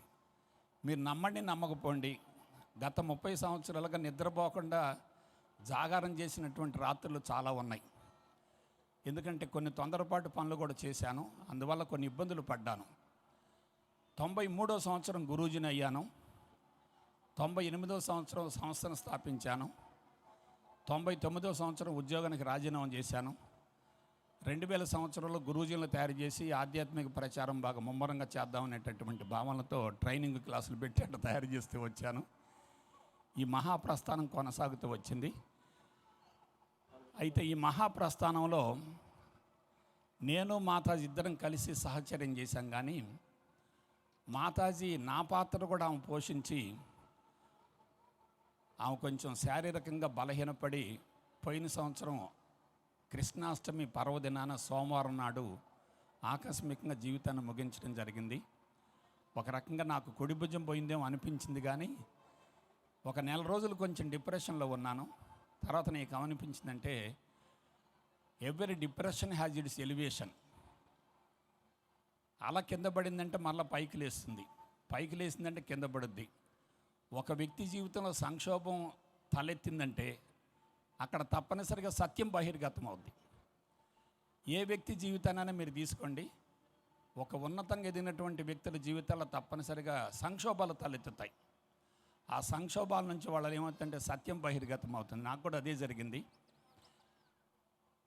మా కార్యక్రమాలు నిర్వహించేటప్పుడు మాతాజీ ఎక్కువ భారం తీసుకుంది. అయితే నేనేం చేశానంటే, వంశపారంపర్యంగా మా తల్లిదండ్రుల ద్వారా నాకు సంక్రమించినటువంటి రుగ్మతల మొత్తాన్ని సమూలంగా ప్రక్షాళన గావించుకొని నా జీవితాన్నే ప్రపంచానికి చూపించాలనేటటువంటి తపనతోటి ఒక పెద్ద యజ్ఞం చేశా. ఈ యజ్ఞంలో మాతాజీ గారు నాకు సహకరించారు. కానీ 2018 వచ్చేసరికి ఆమె కొంచెం అలసిపోయారు. అలసిపోయిన తర్వాత బాడీ కొంచెం వీక్ అవుతూ వచ్చింది, వెళ్ళిపోయారు. అది వేరే విషయం. ఇక అసలు విషయానికి వస్తాను. నేను 2015వ సంవత్సరం వరకు కూడా ఆధ్యాత్మికతను గురించి ప్రచారం చేశాను, కానీ అనుభవాన్ని పొందలేదు. ఇప్పుడు మరలా మీకు కొంచెం డేట్స్ కూడా ఇస్తాను. నేను 91వ సంవత్సరం యోగాలకు ప్రవేశించాను. 93వ సంవత్సరం గురూజీని అయ్యాను. 98వ సంవత్సరం సంస్థను స్థాపించాను. తెలంగాణ, ఆంధ్ర 2 రాష్ట్రాలు కూడా లక్షలాది మందికి మంత్రోపదేశాలు చేశాను, బ్రహ్మోపదేశాలు నిర్వహించాను. కానీ 2015వ సంవత్సరం వరకు నేను నా జబ్బులు పోగొట్టుకోలేకపోయా. ఎందుకు కారణం ఏంటంటే, నా ఇవి కాన్జనైటల్ డిసీజెస్, వంశపారంపర్య రుగ్మతలు. ఒక 2-3 చెప్తాను. ఏంటంటే, నాకు మా అమ్మగారి ద్వారా మా అమ్మగారికి పక్షవాతం వచ్చింది. దాన్ని బెల్స్ పాలసీ అంటారు. అదే పక్షవాతం ఆమెకి ఏ సంవత్సరం వచ్చిందో నాకు ఆ సంవత్సరం వచ్చింది. మళ్ళొకసారి చెప్తున్నాను, ఎందుకంటే చాలామంది హెల్త్ ప్రాబ్లమ్స్ తోటే యోగాలోకి వస్తున్నారు. ఆ హెల్త్ ప్రాబ్లమ్స్కి మూల కారణం తెలియజేస్తే ఎంతో కొంత ఊరట కలుగుద్ది. మా అమ్మగారికి ఏ సంవత్సరం బెల్స్ పాలసీ వచ్చిందో అదే సంవత్సరం నాకు వచ్చింది. మా నాన్నగారికి మా వంశంలో చాలామందికి సోరియాసిస్ ఉంది, అతి భయంకరమైనటువంటి చర్మ వ్యాధి. ఒకసారి విజయవాడ వెళ్ళి ఆ డిసీజ్ ఒక డాక్టర్ గారికి చూయించాను. నాకు ఆయన ఇక్కడ మెడ మీద ఉండేది ఆ సోరియాసిస్. మా నాన్నగారికి నాకు అదే వచ్చింది, అదే ప్లేస్లో వచ్చింది. వచ్చినప్పుడు డాక్టర్ గారిని అడిగి ఇలా వచ్చిందని చెప్పంటే, సోరియాసిస్ గురువు గారు ఇది చెప్పేది ఏముందని చెప్పన్నారు. అంటే మరి దీనికి నివారణ ఏంటన్నా? ఆయన ఏం చెప్పారంటే, మీ వంశంలో ఎవరికన్నా ఉందా అని అడిగాడు. మా వంశంలో అందరికీ ఉందండి అన్న నేను. మా బాబాయ్ వాళ్ళకు ఉంది, మా అన్నయ్య వాళ్ళకు ఉంది, మా నాన్నగారికి ఉంది. చనిపోయే రోజు వరకు ఆయన రాత్రులు నిద్రపోకుండా ఇలా గీక్కుంటూ ఉండేవాడు మెడ మీద. ఉంది సార్ అన్న నేను డాక్టర్ గారితో. అప్పుడు ఆయన ఏమన్నారంటే, మీరు గురువు గారు, జువాలజీ లెక్చరరు, నేను చెప్పాల్సింది ఏముంది, మీరు దీన్ని అనుభవించాలి తప్ప తొలగించుకోవడం సాధ్యం కాదన్నాడు ఆయన. మీరు అనుభవించాలి తప్ప తొలగించడం సాధ్యం కాదన్నారు. ఆ సోరియాసిస్కి ఆయన చెప్పిన రెమెడీ ఏంటంటే, ఇది పోదండి, ఆయింట్మెంట్ ఇస్తాను రాసుకోండి అన్నాడు.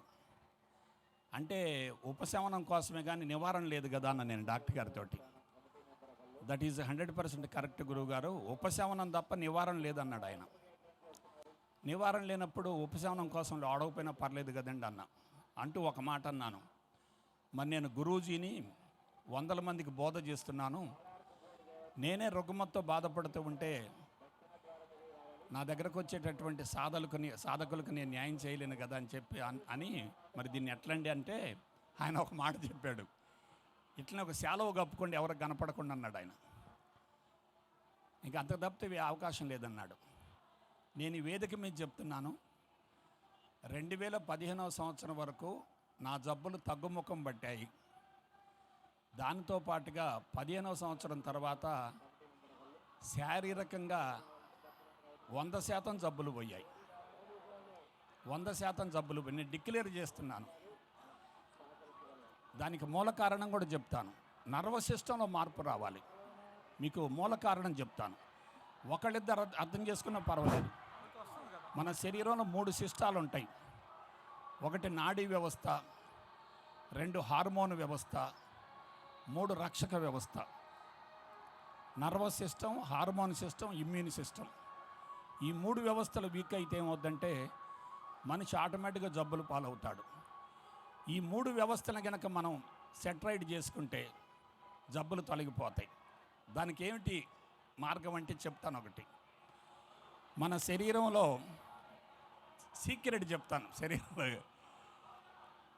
నాడీ వ్యవస్థ 3 భాగాలుగా ఉంటుంది. మీలో బయాలజీ వాళ్ళు ఎవరైనా ఉంటే బాగా అర్థం చేసుకోండి. నాడీ వ్యవస్థ 3 భాగాలుగా ఉంటుంది. కేంద్ర నాడీ వ్యవస్థ, పరిధీయ నాడీ వ్యవస్థ, స్వయంచోదిత నాడీ వ్యవస్థ. ఈ కేంద్ర నాడీ వ్యవస్థ చాలా కీలకమైనది. దానిలో 2 భాగాలు ఉంటాయి, మెదడు ఉంటుంది, వెన్నుపాము ఉంటుంది. అయితే నేను డీటెయిల్స్కి వెళ్ళాలని సీక్రెట్ చెప్తాను. మెదడు యొక్క లోపల భాగంలో ఖాళీ ప్రదేశాలు ఉంటాయి. వాటిని టెక్నికల్గా సైంటిఫిక్గా వెంట్రికిల్స్ అంటారు, తెలుగులో కోష్టకాలు అంటారు. వెన్నుపాము యొక్క లోపల భాగంలో కూడా ఖాళీ ప్రదేశం ఉంటుంది. దాన్ని స్పైనల్ కెనాల్ అంటారు. వేదాంత పరంగా దాన్ని సుషుమ్న నాడి అంటారు. ఎడమవైపు ఉంది ఎడవద్ది, కుడివైపు ఉంది పింగళవద్ది, మధ్యలో ఉన్న గొట్టాన్ని సుషుమ్న అంటారు. ఆ సీక్రెట్ ఒక్క మాట చెప్తాను. ఆ సీక్రెట్ చెప్తాను. ఆ సుషుమ్న నాడి యొక్క లోపల భాగంలో ద్రవ పదార్థం ఉంటుంది. దాన్ని మేరుద్రవం అంటారు, స్పైనల్ ఫ్లూయిడ్ అంటారు. ఈ మెదడు లోపల కూడా ద్రవ పదార్థం ఉంటుంది. దాన్ని ఏమంటారంటే మస్తిష్క ద్రవం అంటారు, సెరిబ్రల్ ఫ్లూయిడ్ అంటారు. ఇక్కడ విషయం చెప్తాను. ఎవరైతే జ్ఞానపరంగా పరిణతి చెంది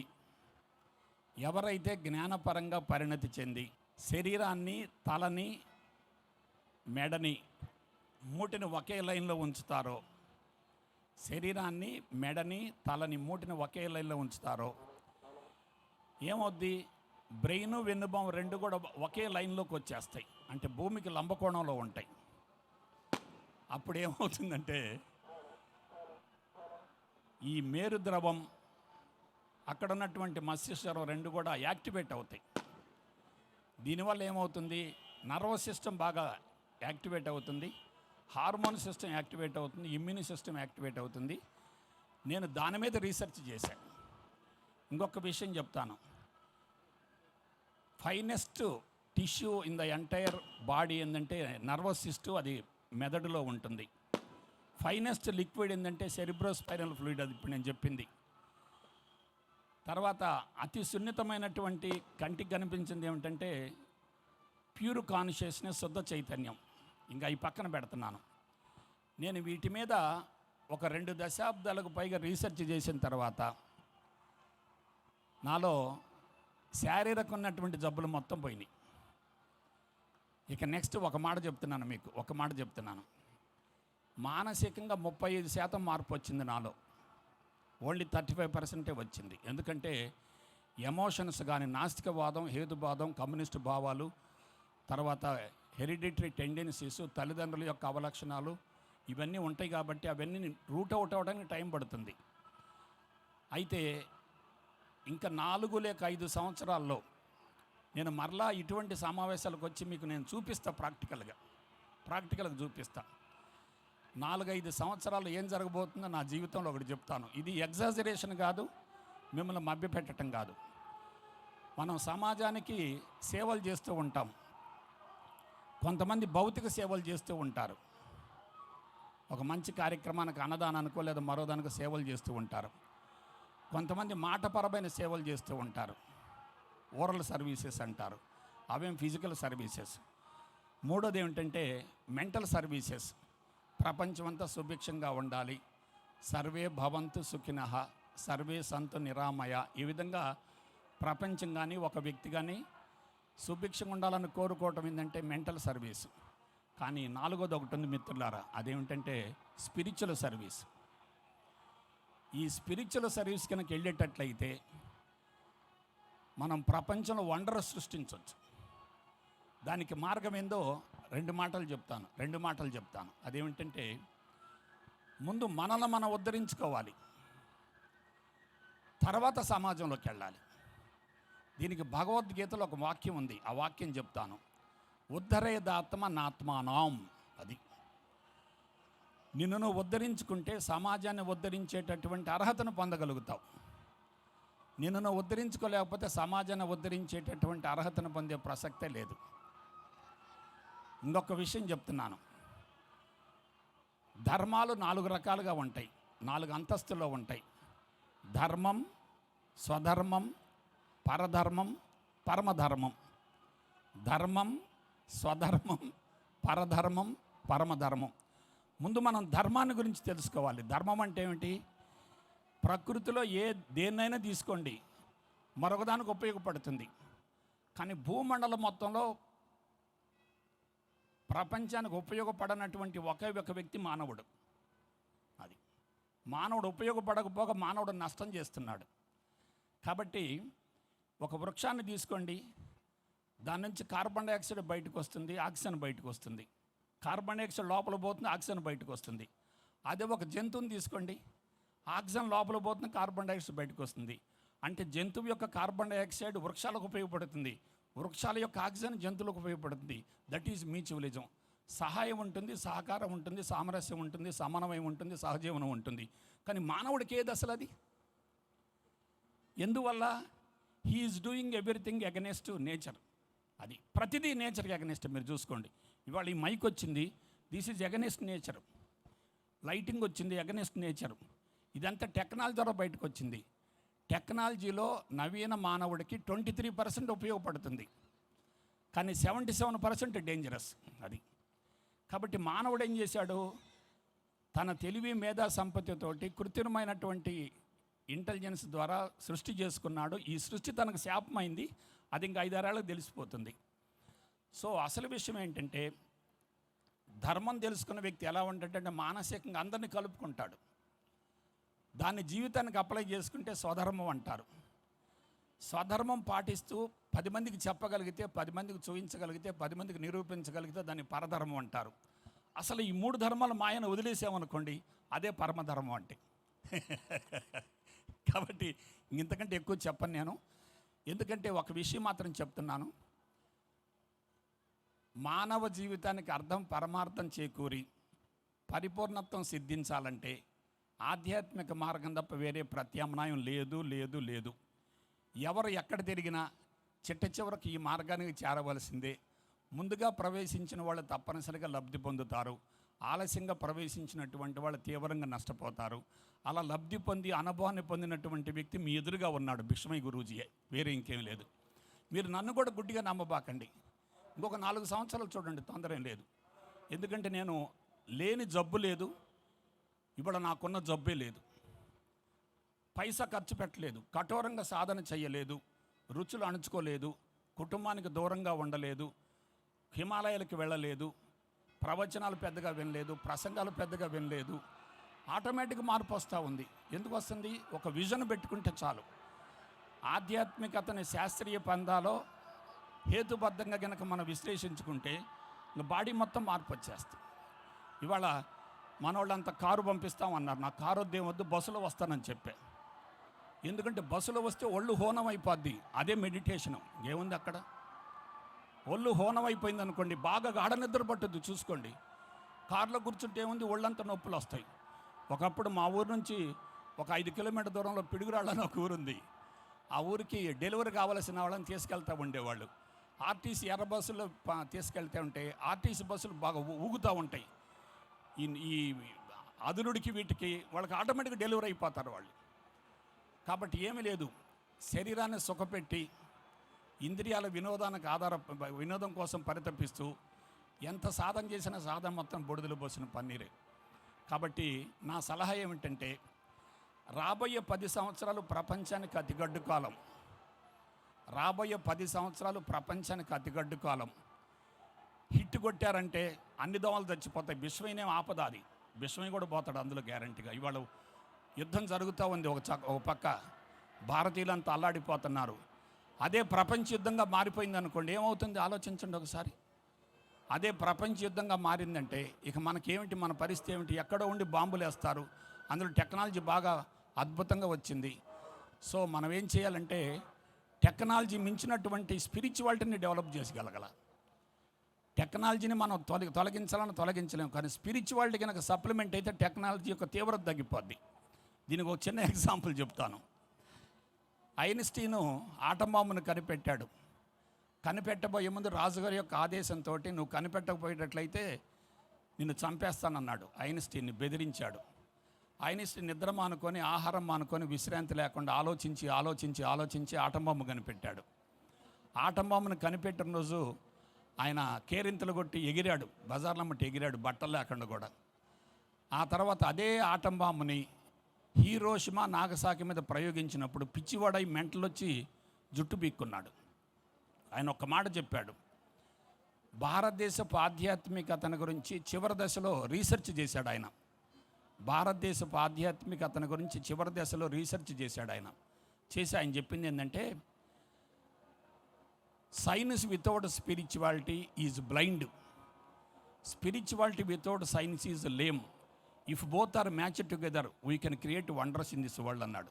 తెలుగు మాట చెప్తాను, శాస్త్రీయత ఉన్నప్పటికీ ఆధ్యాత్మికత లేకపోతే ప్రపంచం మొత్తం గుడ్డిగా తయారవుద్ది.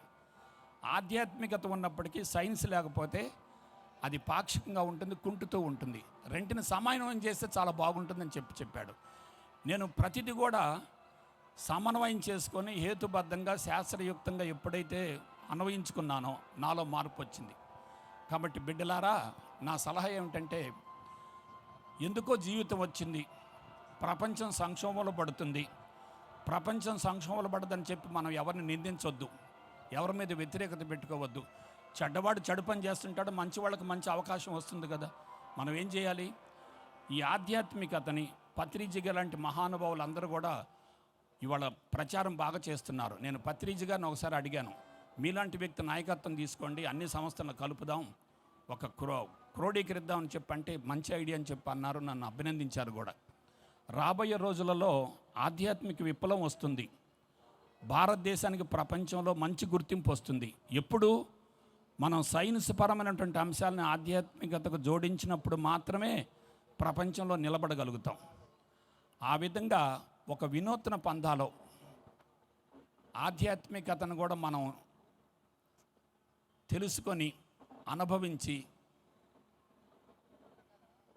10 మందికి తెలియజేసేటటువంటి ప్రయత్నంలో పత్రిజీ గారు లాంటి మహానుభావుల యొక్క ఆశీస్సులు పొంది మన జీవితాలను సద్వినియోగపరుచుకునే విధంగా చక్కటి ప్రణాళికతో ముందుకెళ్లాలని చెప్పి మీ అందరినీ అభ్యర్థిస్తూ, ఈరోజు మహాశివరాత్రి ఇటువంటి పర్వదినాన నన్ను ఇక్కడికి ఆహ్వానించినటువంటి ఇక్కడ ఆర్గనైజర్స్ ఉన్నారు, వాళ్ళందరికీ హృదయపూర్వకంగా ధన్యవాదాలు తెలియజేస్తూ మీ దగ్గర సెలవు తీసుకుంటా. జై గురుదేవ్, జై గురుదేవ్, జై గురుదేవ్. ఒకసారి గట్టిగా చప్పట్లు కొడదాం. ఎన్నో విషయాలను మనకి ఈరోజు వారు అందించారు. వారి జీవితంలో, వారి ఆరోగ్యపరంగా, వారి కుటుంబం గురించి, వారి జీవిత అనుభవాన్ని మరోసారి మనకు అందించారు. పత్రిజీ మనకి ఎప్పుడూ చెప్తూనే ఉంటారు, ధ్యానం సర్వరోగ నివారిణి. ఎక్కడ ఆధ్యాత్మికత ఉంటుందో, ఎక్కడ ధ్యానం ఉంటుందో అక్కడ రోగాలు ఉండవు. తలనొప్పి నుంచి క్యాన్సర్ వరకు మొట్టమాయం అని. అదే వారి జీవితంలో మనం తెలుసుకున్నాం. ఎలాంటి విపత్కర పరిస్థితులున్నా, ఎలాంటి క్రిటికల్ పరిస్థితులున్నా పిరమిడ్ మాస్టర్ ఎప్పుడు కూడా తన కర్తవ్య పాలనలో ఎప్పుడు కూడా నిమగ్నమై ఉంటాడు. ఎన్ని జోన్స్ వచ్చినా, ఎన్ని డిస్టర్బెన్స్ వచ్చినా అన్నిటినీ అవలేలగా ఎదుర్కోవడమే మనకు పత్రిజీ నేర్పించినటువంటి విద్య. అలాగే ముందుకెళ్ళిపోతాం. వీరు చెప్పినట్టు ఆ ఆదర్శ రాజ్యం, ఆ రామరాజ్యం మరో 10 ఏళ్లలో మనందరం మన కళ్ళతో మనం చూడబోతున్నాం. అందులో ఎలాంటి సందేహం లేదు. ఈ ప్రపంచమంతా ధ్యానమయం అయిపోతుంది, ఈ ప్రపంచమంతా శాఖాహారమయం అయిపోతుంది. మూగజీవులు యొక్క అభినందనలతో మానవాళ్ళంతా కూడా పునీతం అయిపోతుంది.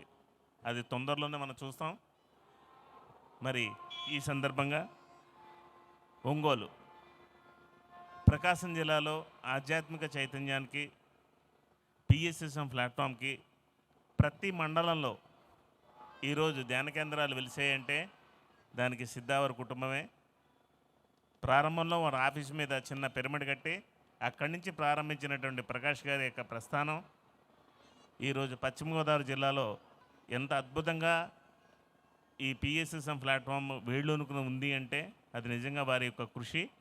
మరి వారి సందేశం తీసుకుందాం. మనందరం ఒక్కసారి బ్రహ్మర్షి పత్రిజీ గారికి క్లాప్స్ ద్వారా ధన్యవాదాలు తెలియజేద్దాం. అదేవిధంగా ఇక్కడికి విచ్చేసిన భిక్షమయ్య గురువు గారికి కూడా క్లాప్స్ ద్వారా ధన్యవాదాలు తెలియజేద్దాం. అదేవిధంగా శివప్రసాద్, నాగేశ్వరరావు గారు, లక్ష్మణరావు గారు, అదేవిధంగా రవీంద్ర, మరొక గెస్టులు, వేదిక పైన ఉన్న పెద్దలకు అందరికీ నాకు అభినందనలు తెలియజేస్తాను. ముఖ్యంగా మనము అందరం ఒక వేదిక దగ్గరికి రావడానికి కారణం మన కనిగిరిలో ఉన్న వ్యక్తి రవీంద్ర గారు, వాళ్ళ టీముకి మీరందరూ బిగ్ క్లాప్స్ కొట్టవలసిందిగా కోరుతున్నాను. రవీంద్ర అందరినీ ఫాలోఅప్ చేస్తున్నారు. ఒంగోలు నుంచి సుమారు 50 మంది దాకా ఈ కార్యక్రమానికి రావడం జరిగింది. ఆయన ఎంత కృషి చేస్తున్నాడంటే మన ధ్యానం గురించి అది మాటలతో చెప్పేది కాదు. ప్రతి ఒక్కటి దగ్గరుండి ఫాలోఅప్ చేస్తుంటాడు. ఇంతమందిని ఒక వేదిక దగ్గర తీసుకొచ్చినందుకు ఆయనకి నా యొక్క అభినందనలు తెలియజేస్తున్నాను. ముఖ్యంగా ఇప్పుడే మన గురువు గారు భిక్షమయ్య గారు చాలా చక్కని సందేశం ఇచ్చారు. అందులో చాలా లోతైన విషయాలు ఉన్నాయి. చక్కగా దాన్ని అర్థం చేసుకొని సాధన చేసి మీరందరూ ఆరోగ్యవంతులుగా ఉండాలని కోరుకుంటున్నాను. ముఖ్యంగా గురువుగారు చెప్పినట్టు మూలాధారం దగ్గర నుంచి శాస్త్రం వరకు అన్ని చక్రాలు యాక్టివేట్ కావాలంటే మన ఎన్నుపోస నిటారుగా ఉండాలి. అదేవిధంగా స్ట్రైట్గా కూర్చొని చక్కగా ధ్యానం చేసి మూలాధారం దగ్గర నుంచి శాస్త్రం దాకా, శాస్త్రం నుంచి మూలాధారం దాకా మూమెంట్ గమనించుకుంటూ మీ లోపల ప్రయాణం చేసి చక్కగా ధ్యానం చేస్తే మీరందరూ ఆరోగ్యవంతులుగా ఉంటారు.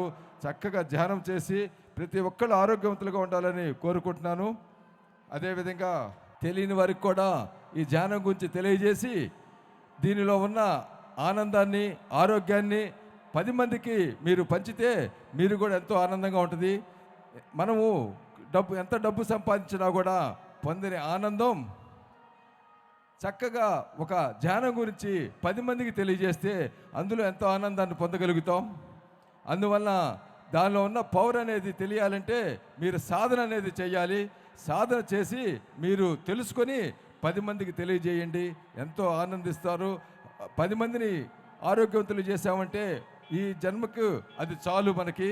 అందువల్ల మీరందరూ చక్కగా ధ్యానం చేయండి. ధ్యానము అంటే కళ్ళు మూసుకొని కూర్చోవటం కాదు, మీ లోపలికి మీరు ప్రయాణం చేయండి. చక్కగా లోపల ఏం జరుగుతుందో అబ్జర్వ్ చేయండి. ప్రతి ఒక్క మూమెంట్ని గమనిస్తూ ఉండండి.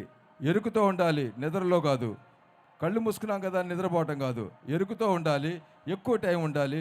లోపల ప్రయాణించేసి ప్రతి ఒక్క మూమెంట్ని గమనించుకొని దానిలో సాధన చేసుకుంటూ ఉంటుంటే ప్రతి ఒక్క చక్రం మనలో నుంచి యాక్టివేట్ అవుతూ ఉంటుంది. అయినప్పుడు ప్రతి ఒక్క దాంట్లో ఒక ఫలితం అనేది ఉంటుంది. ఆ ఫలితాల గురించి వివరంగా చెప్పాలంటే చాలా టైం పడుతుంది. చక్కగా ధ్యానం చేసి ఎవరి పాటికి వాళ్ళు తెలుసుకోవటం చాలా మంచిది. చక్కగా చెయ్యండి. ఇంత మంచి అవకాశాన్ని మనకి ఒక రవీంద్ర గారు టీము ఇక్కడికి చేసినందుకు వారికి నేను ఒంగోలు జిల్లా తరపున నాకు అభినందనలు ప్రత్యేకంగా తెలియజేస్తున్నాను. మీరందరూ బిగ్ క్లాప్స్ కొట్టాల్సిందిగా కోరుతున్నాను. ఇంత మంచి కార్యక్రమాన్ని మనకి ఇక్కడికి శివరాత్రి రోజు ఎన్నో గుళ్ళు అన్నీ ఉన్నా కానీ ఇక్కడికి ఇంతమంది వచ్చారంటే ఆయన ఒక మంచితనము, ఆయనతో పాటు ఉన్న టీముకి మరొకసారి నేను అభినందనలు తెలియజేస్తున్నాను. అదేవిధంగా ఈ ధ్యానం అనేది ఇందాక మన శివప్రసాద్ గారు కూడా చెప్పారు. మీరు కూడా చక్కగా చెయ్యండి. ఆనందాన్ని పొందండి. నాకు ఈ అవకాశం ఇచ్చిన పెద్దలందరికీ పేరు పేరున ధన్యవాదాలు తెలియజేస్తున్నాను. అదేవిధంగా మా మిత్రుడు, స్నేహితుడు లక్ష్మణరావు గారికి ప్రత్యేక అభినందనలు. అదేవిధంగా మా బాబాయ్ గారు శ్రీశైలంలో అన్ని కార్యక్రమాలు ఉన్నా కానీ ఇక్కడికి వచ్చినందుకు అంతే రవీంద్ర పిలిచే విధానాన్ని బట్టి వస్తుంటారు, ఎవరైనా చక్కగా ఫాలోఅప్ చేస్తూ ఉంటుంటారు.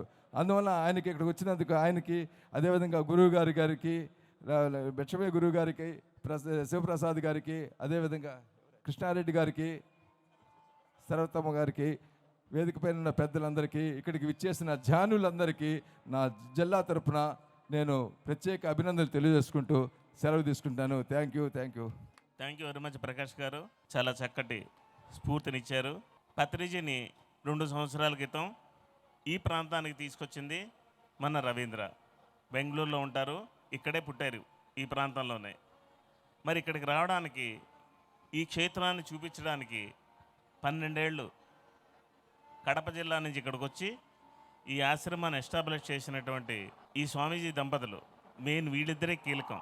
సో కడప జిల్లాలో ఉండి వీరిద్దరు కూడా కాసిరెడ్డి నాయన గారితో గడిపిన రోజులు ఉన్నాయి.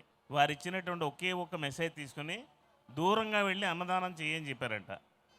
ఆ ఒక్క మాట పట్టుకుని వాళ్ళు ఊరిలో ఉండే ఆస్తులు, బంగారం అన్నీ అమ్మేసి ఇక్కడికి వచ్చి ఈ ఆశ్రమం పెట్టి రోజు 100 మందికి అన్నదానం చేస్తూ దీన్ని ఎస్టాబ్లిష్ చేశారు. మరి వారి యొక్క సందేశం తీసుకుందాం. ఈ ఒక మహాశివరాత్రి రోజు మీ ప్రజలందరికీ నమస్కారాలు. ఈ బాలకోటేశ్వరరావు సన్నిధానంలో మహాశివరాత్రికి పూర్వకాలంలో ఉలవగు గుళ్ళు దెంచుగడ్డలు పెట్టేవాళ్ళంట ఈ ఆలయం దగ్గర. ఇట్లాంటి ఆలయంలో ఎన్నో రకాల భోజనాలు పెట్టి కాశీనాయన ఆసనం ఇక్కడ ఆరంభం పెట్టి 9 సంవత్సరాలు అయింది. 9 సంవత్సరాల నుంచి ఒక్కొక్క పని చేసుకుంటా ఆ అన్నదానం ప్రతి ఒక్క సంవత్సరము 360 రోజులు అన్నదానం పెట్టి మళ్ళా మహాశివరాత్రి రోజు ఆ శివరాత్రి కూడా గడుపుకుంటా వచ్చాం. అందులో 3 సంవత్సరాల నుంచి మన రవీంద్ర గారు సార్ వచ్చాడు. ఇంత అన్నదానం చేసి ఇంత గొప్పగా చేస్తున్నారు, నేను కూడా ఈ పాల్గొని దీంట్లో సాయపడతానని ఆయన మాటిచ్చాడు. 3 సంవత్సరాల నుంచి అభివృద్ధి చేసుకుంటా ఎన్నో లక్షలు పెట్టుకుంటా వచ్చుండడు. మళ్ళీ ఈరోజు మేము చేసిన తప్పు లేదు, ఆయన చేసిన తప్పు లేదు. ఒక తప్పుగా భావించుకొని ప్రజలు అనుకుంటుంటారు. దానికి మేమేమి దేవునికి చెప్పుకునే వాళ్ళమే, ప్రజలకు చెప్పుకోము. కానీ దేవుడు ఒక నిర్ణయం చేస్తాడు. తప్పు ఒప్పు మంచి చెడ్డ బయటకు వచ్చి చెప్పడు, లోపల నలుపుతాడు.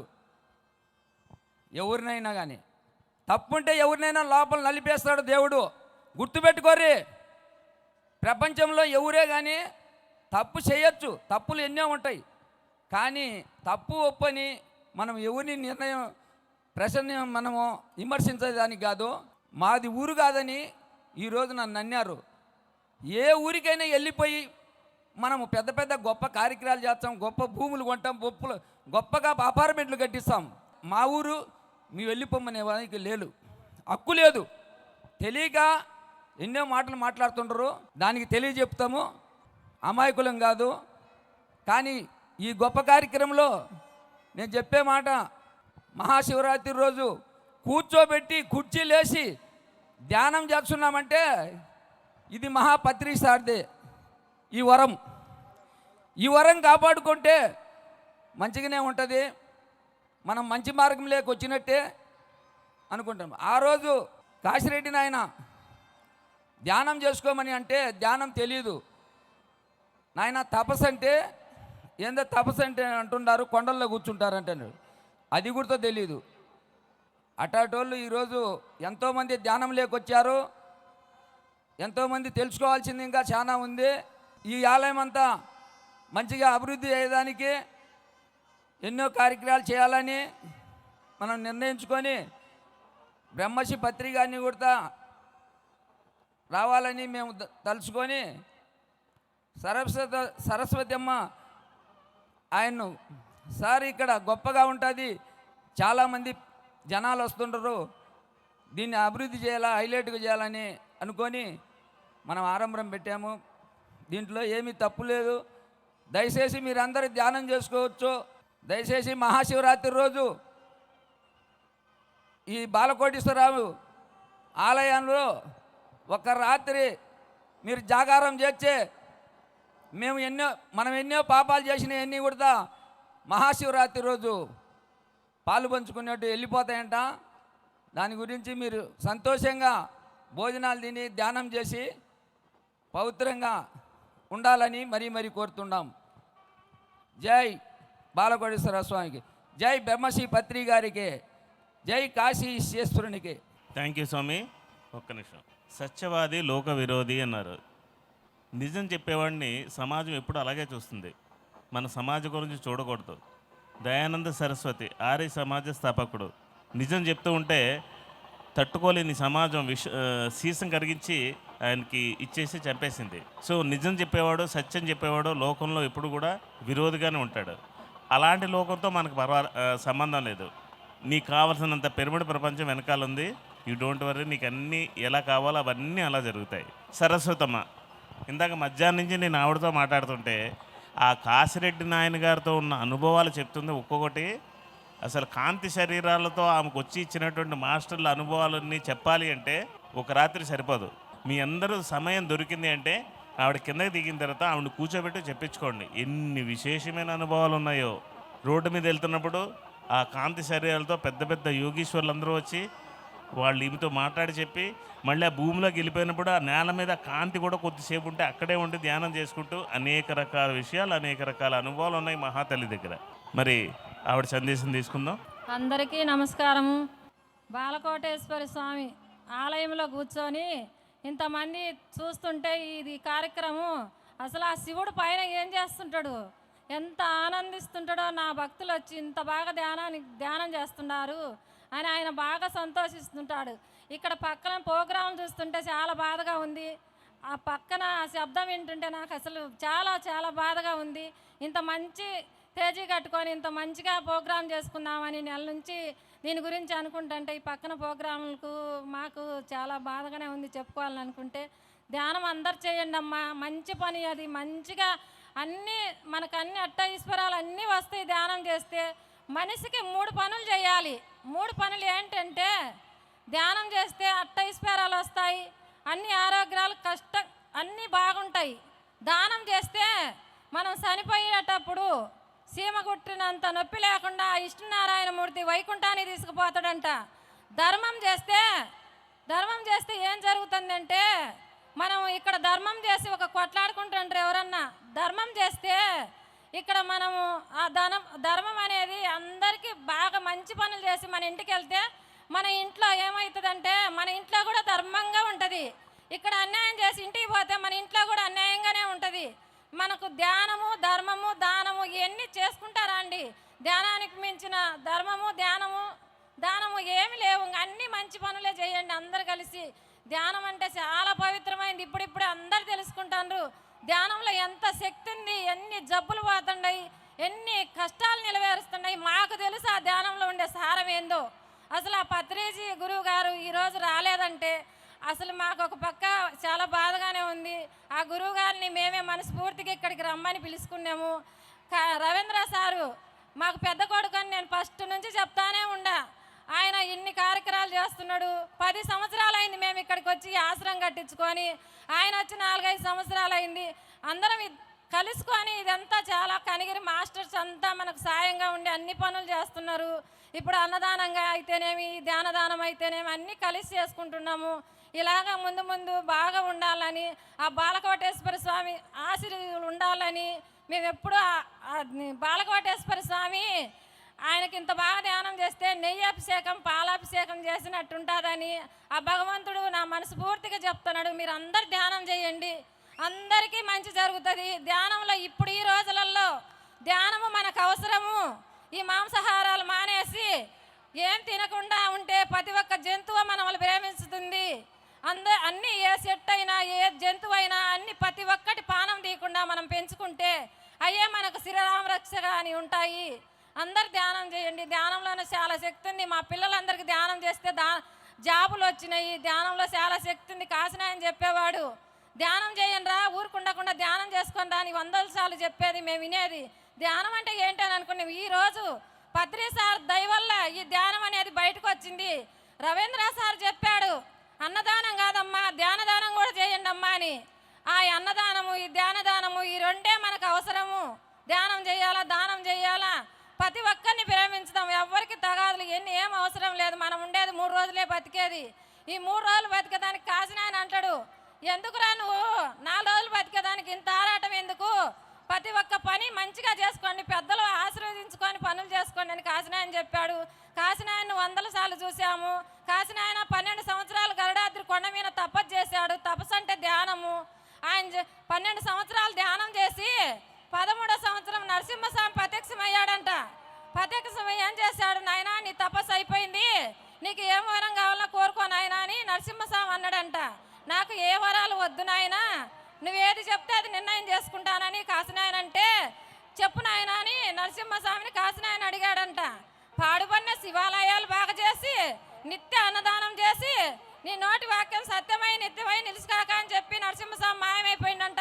ప్రతి ఒక్క దేవుడు ధ్యానం చేసి వాళ్ళ గొప్ప పనులు చేపించుకుంటారు. ఈరోజు శివుడు కైలాసంలో ధ్యానం చేసి, ఆ ఎండికొండల్లో ధ్యానం చేసి ఆయన 3వ నేత్రం తెరిచిండు. 3వ నేత్రం రాగా సావు పుట్టుకలు కనిపెట్టుకున్నాడు. కాసినాయన ధ్యానం చేసి అన్నదానం కోరి ధ్యానం చేసి ధ్యానము అన్నము అన్ని సకల సౌభాగ్యాలు అన్ని కోరిండు ఆయన. బ్రహ్మంగారు ధ్యానం చేసి గైలో కూర్చొని ధ్యానం చేసి కాలజ్ఞానాన్ని కనిపెట్టినాడు. సావు పుట్టుకలు కనిపెట్టాడు. జరిగేది జరగబోయేది కూడా బ్రహ్మంగారు కాలజ్ఞానం రాశారు. ప్రతి ఒక్క దేవుడు పత్రిసారి కూడా ఈరోజు ఇన్ని దేశాలు 100లకు పైన దేశాలు ధ్యానం చెప్తున్నాడంటే ఆయన గొప్ప మహానుభావుడు. ఆయన గురించి మనం చాలా చెప్పుకోవాలి. ఆయన చెప్పింది ప్రతి మాట మనం వినాలి. ఆ రోజు కాసినాయన ఇంతమందిలో కాసినాయన చూసిన వాళ్ళు లేరు. ఇక్కడ ఈ ఏరియాలో కాసినాయన అనేది ఎవరికి తెలియదు. కాసినాయన్ని ఒక నిరూపించాలా, కాసినాయన ఒక ఆశ్రమం కట్టాలని చెప్పేసి, మాది కడప జిల్లా అయితే దూరంగా వెళ్ళిపోతావురా నువ్వు అని చెప్పాడు కాసినాయన. దూరం అంటే ఎంత దూరమో మాకు తెలియదు. ఇక్కడికి వచ్చి ఈ అన్నదానము ఈ కార్యక్రమాలు చూస్తుంటే ముందు ముందు ఇంకా బాగా చేయాలా. ఎవరైనా ప్రోగ్రాంలు చేసుకునేటప్పుడు ఒక నెల ముందు వచ్చి అందరూ సమర్పించుకొని అందరం కలిసి చేసుకోవాలి. అక్కడ ఇక్కడ ఈ ప్రోగ్రాంలు ఏమీ కరెక్ట్ కాదు. అందరు మంచిగా సేవంగా ఉండండి. మీకు అందరికీ ధన్యవాదాలు. అది అయితే అందరికీ ఒక చిన్న సవరణ, పత్రిజీ ఇక్కడ లేరు అని ఎవరు అనుకోవద్దు. 40 ఏళ్ల నుంచి మనం కలిసి మనతో వాళ్ళు ఆయన ఎప్పుడు కూడా ఒకే మాట చెప్తున్నారు. ఏంటది? మనం ఈ శరీరం కాదు ఆత్మ పదార్థం అని. శరీరం బెంగళూరులో ఉంది కానీ ఆయన ఇక్కడే ఉన్నారు. ఇక్కడ లేరు అనేటువంటి అపప్రద ఎవరు తెచ్చుకోవద్దు. చూసే చూపుండేవాళ్ళు, చూడగలిగేవాళ్ళు చూస్తున్నారు. ఆయన భౌతిక శరీరం ఇక్కడ లేదంతే, ఆయన ఇక్కడే ఉన్నారు. రెండోది ఏంటంటే ఇది స్వతంత్ర భారతం, ఎవరిష్టం వాళ్ళది. మనం ధ్యానం చెప్తాం, పక్క వాళ్ళు ఇంకోటి చేసుకుంటారు. వాళ్ళ ఇష్టం వాళ్ళది, మన ఇష్టం మనది. మనకి మన గురువుగారు నేర్పించింది ఏంటంటే ఉరుములు మెరుపులు కాదు, భూకంపాలు వచ్చినా మనం ధ్యాన స్థితిలో ఎలా ఉండాలో మనకి నేర్పించారు. పక్కన అనేక శబ్దాలు ఉంటాయి, అనేక సౌండ్లు ఉంటాయి, అవన్నీ మనకు అనవసరం. మనం మన శ్వాసతో కూడి మనం ధ్యాన స్థితిలోకి వెళ్తాం. చక్కగా 3 గంటలు ధ్యానం చేస్తాం. ఇక్కడ వచ్చేసిన ధ్యాన మిత్రులకి ప్రతి ఒక్కరికి పాదాభివందనాలు. మన ఇన్విటేషన్ గౌరవించి ఇక్కడ వచ్చేసిన అతిథులకి మన జిల్లా ప్రెసిడెంట్ గారు సూర్యప్రకాష్ గారు 2016 నుంచి నాకు పరిచయం. ఎప్పుడు ఏం సపోర్ట్ కావాలన్నా సరే సో ఇమీడియట్గా సారు ఎన్నో విధాలుగా సహకరించేవాళ్ళు. అదేవిధంగా సిద్ధా నాగేశ్వరరావు గారు, సో ఆయన ఎలా అంటే ఒక ఫాదర్ లాంటి వాడు అనమాట చెప్పాలంటే. సో ఆయన ఎన్నో ప్రాజెక్ట్స్కి ఎక్కడ చేసినా సరే నేను ఫోన్ చేయగానే ఆయన రెస్పాన్స్ ఇచ్చే విధానం కానీ, ఒక కొడుక్కి ఎలా అయితే సపోర్ట్గా ఉంటాడో అలా సిద్ధనాగేశ్వరరావు గారు నాకు ఎన్నో ప్రాజెక్ట్స్లో సపోర్ట్ చేశారు. అదేవిధంగా లక్ష్మణరావు గారు, సో ఆయన అన్కండిషనల్ లవ్ అనేది నేను ఎన్నో ఇన్సిడెంట్స్లో స్కూల్లో ఒక పిరమిడ్ వేయాలంటే సార్ ఇచ్చిన ప్లాను, ఎగ్జిక్యూషన్, ఇన్పుట్స్, గైడెన్స్ తోటి జస్ట్ ఒక 1 మంత్లో 45/45 పిరమిడ్ రావడానికి దానికి స్ఫూర్తి, inspiration, guidance Lakshmanarao sir. So ఆయనతో కలిసి పనిచేసే అదృష్టం రావడం చాలా హ్యాపీగా ఉంది. అదేవిధంగా గురూజీ గారు, భిక్షమే గురూజీ గారు మా ఇన్విటేషన్ మన్నించి ఈరోజు వచ్చినందుకు thank you so much ji. So Shivappa గారు ఎంతో బిజీగా ఉంటారు నాకు తెలుసు. ప్రతిసారి పర్సనల్ సెక్రటరీ లాస్ట్ 25 ఇయర్స్ నుంచి. సో సార్ ఇక్కడ రావట్లేదని తెలుసుకొని శివప్ప సార్ నాకు ఫోన్ చేసి, సార్ రావట్లేదు కదా, సో మనం ప్రోగ్రామ్ సక్సెస్ చేయాలి, నేను వస్తాను కనిగిరికి అని చెప్పి, అది ఒక పిరమిడ్ మాస్టర్కి ఉన్న లక్షణం చెప్పాలంటే. జనరల్గా మనం ఫోన్ చేస్తేనే ఏదో ఒక రీజన్ చెప్పొచ్చు, కానీ నేను ఫోన్ చేయకుండా శివప్ప సార్ ఫోన్ చేసి, సార్ రావట్లేదు కదా, నాకు తెలిసింది, నేను వస్తాను ఆ ప్రోగ్రామ్కి, మనం సక్సెస్ చేద్దాం, మనం అందరం కలిసి చేద్దామని చెప్పి వెనకాల నుండి బూస్టప్ ఇచ్చి, గైడెన్స్ ఇచ్చి ఎంతో సపోర్ట్ చేశారు. Thank you very much sir. Krishna Reddy sir, నా సరస్వతి మేడం గారు ఇక్కడ ఉండటం వల్లే ఇన్ని సంవత్సరాలు వాళ్ళు ఎన్నో సేవలు చేశారు కాబట్టి, దాని తర్వాత ఈ పిరమిడ్ రావడం, దాని తర్వాత ఇక్కడ లాస్ట్ 3 ఇయర్స్ నుంచి మనం శివరాత్రి ఎన్ని ఆటంకాలు వచ్చినా కానీ జరుపుకోగలుగుతున్నామంటే, సో ఆ దైవ శక్తి పత్రిసారు మనతో ఉండబట్టి, ఆ శివుని యొక్క ఆజ్ఞ మనతో ఉండబట్టే జరుగుతుంది. సో పత్రిసారి ఇక్కడ ఫిజికల్గా లేకపోవచ్చు, కానీ సార్ యొక్క ఎనర్జీ, సార్ యొక్క సంకల్పం ఇక్కడ ఉంది కాబట్టి ప్రోగ్రామ్ ఈరోజు ఇక్కడ జరుగుతుంది. దీనికి సహకరించిన ప్రతి ఒక్కరికి పేరు పేరున వేలాది కృతజ్ఞతలు చెప్పాలంటే.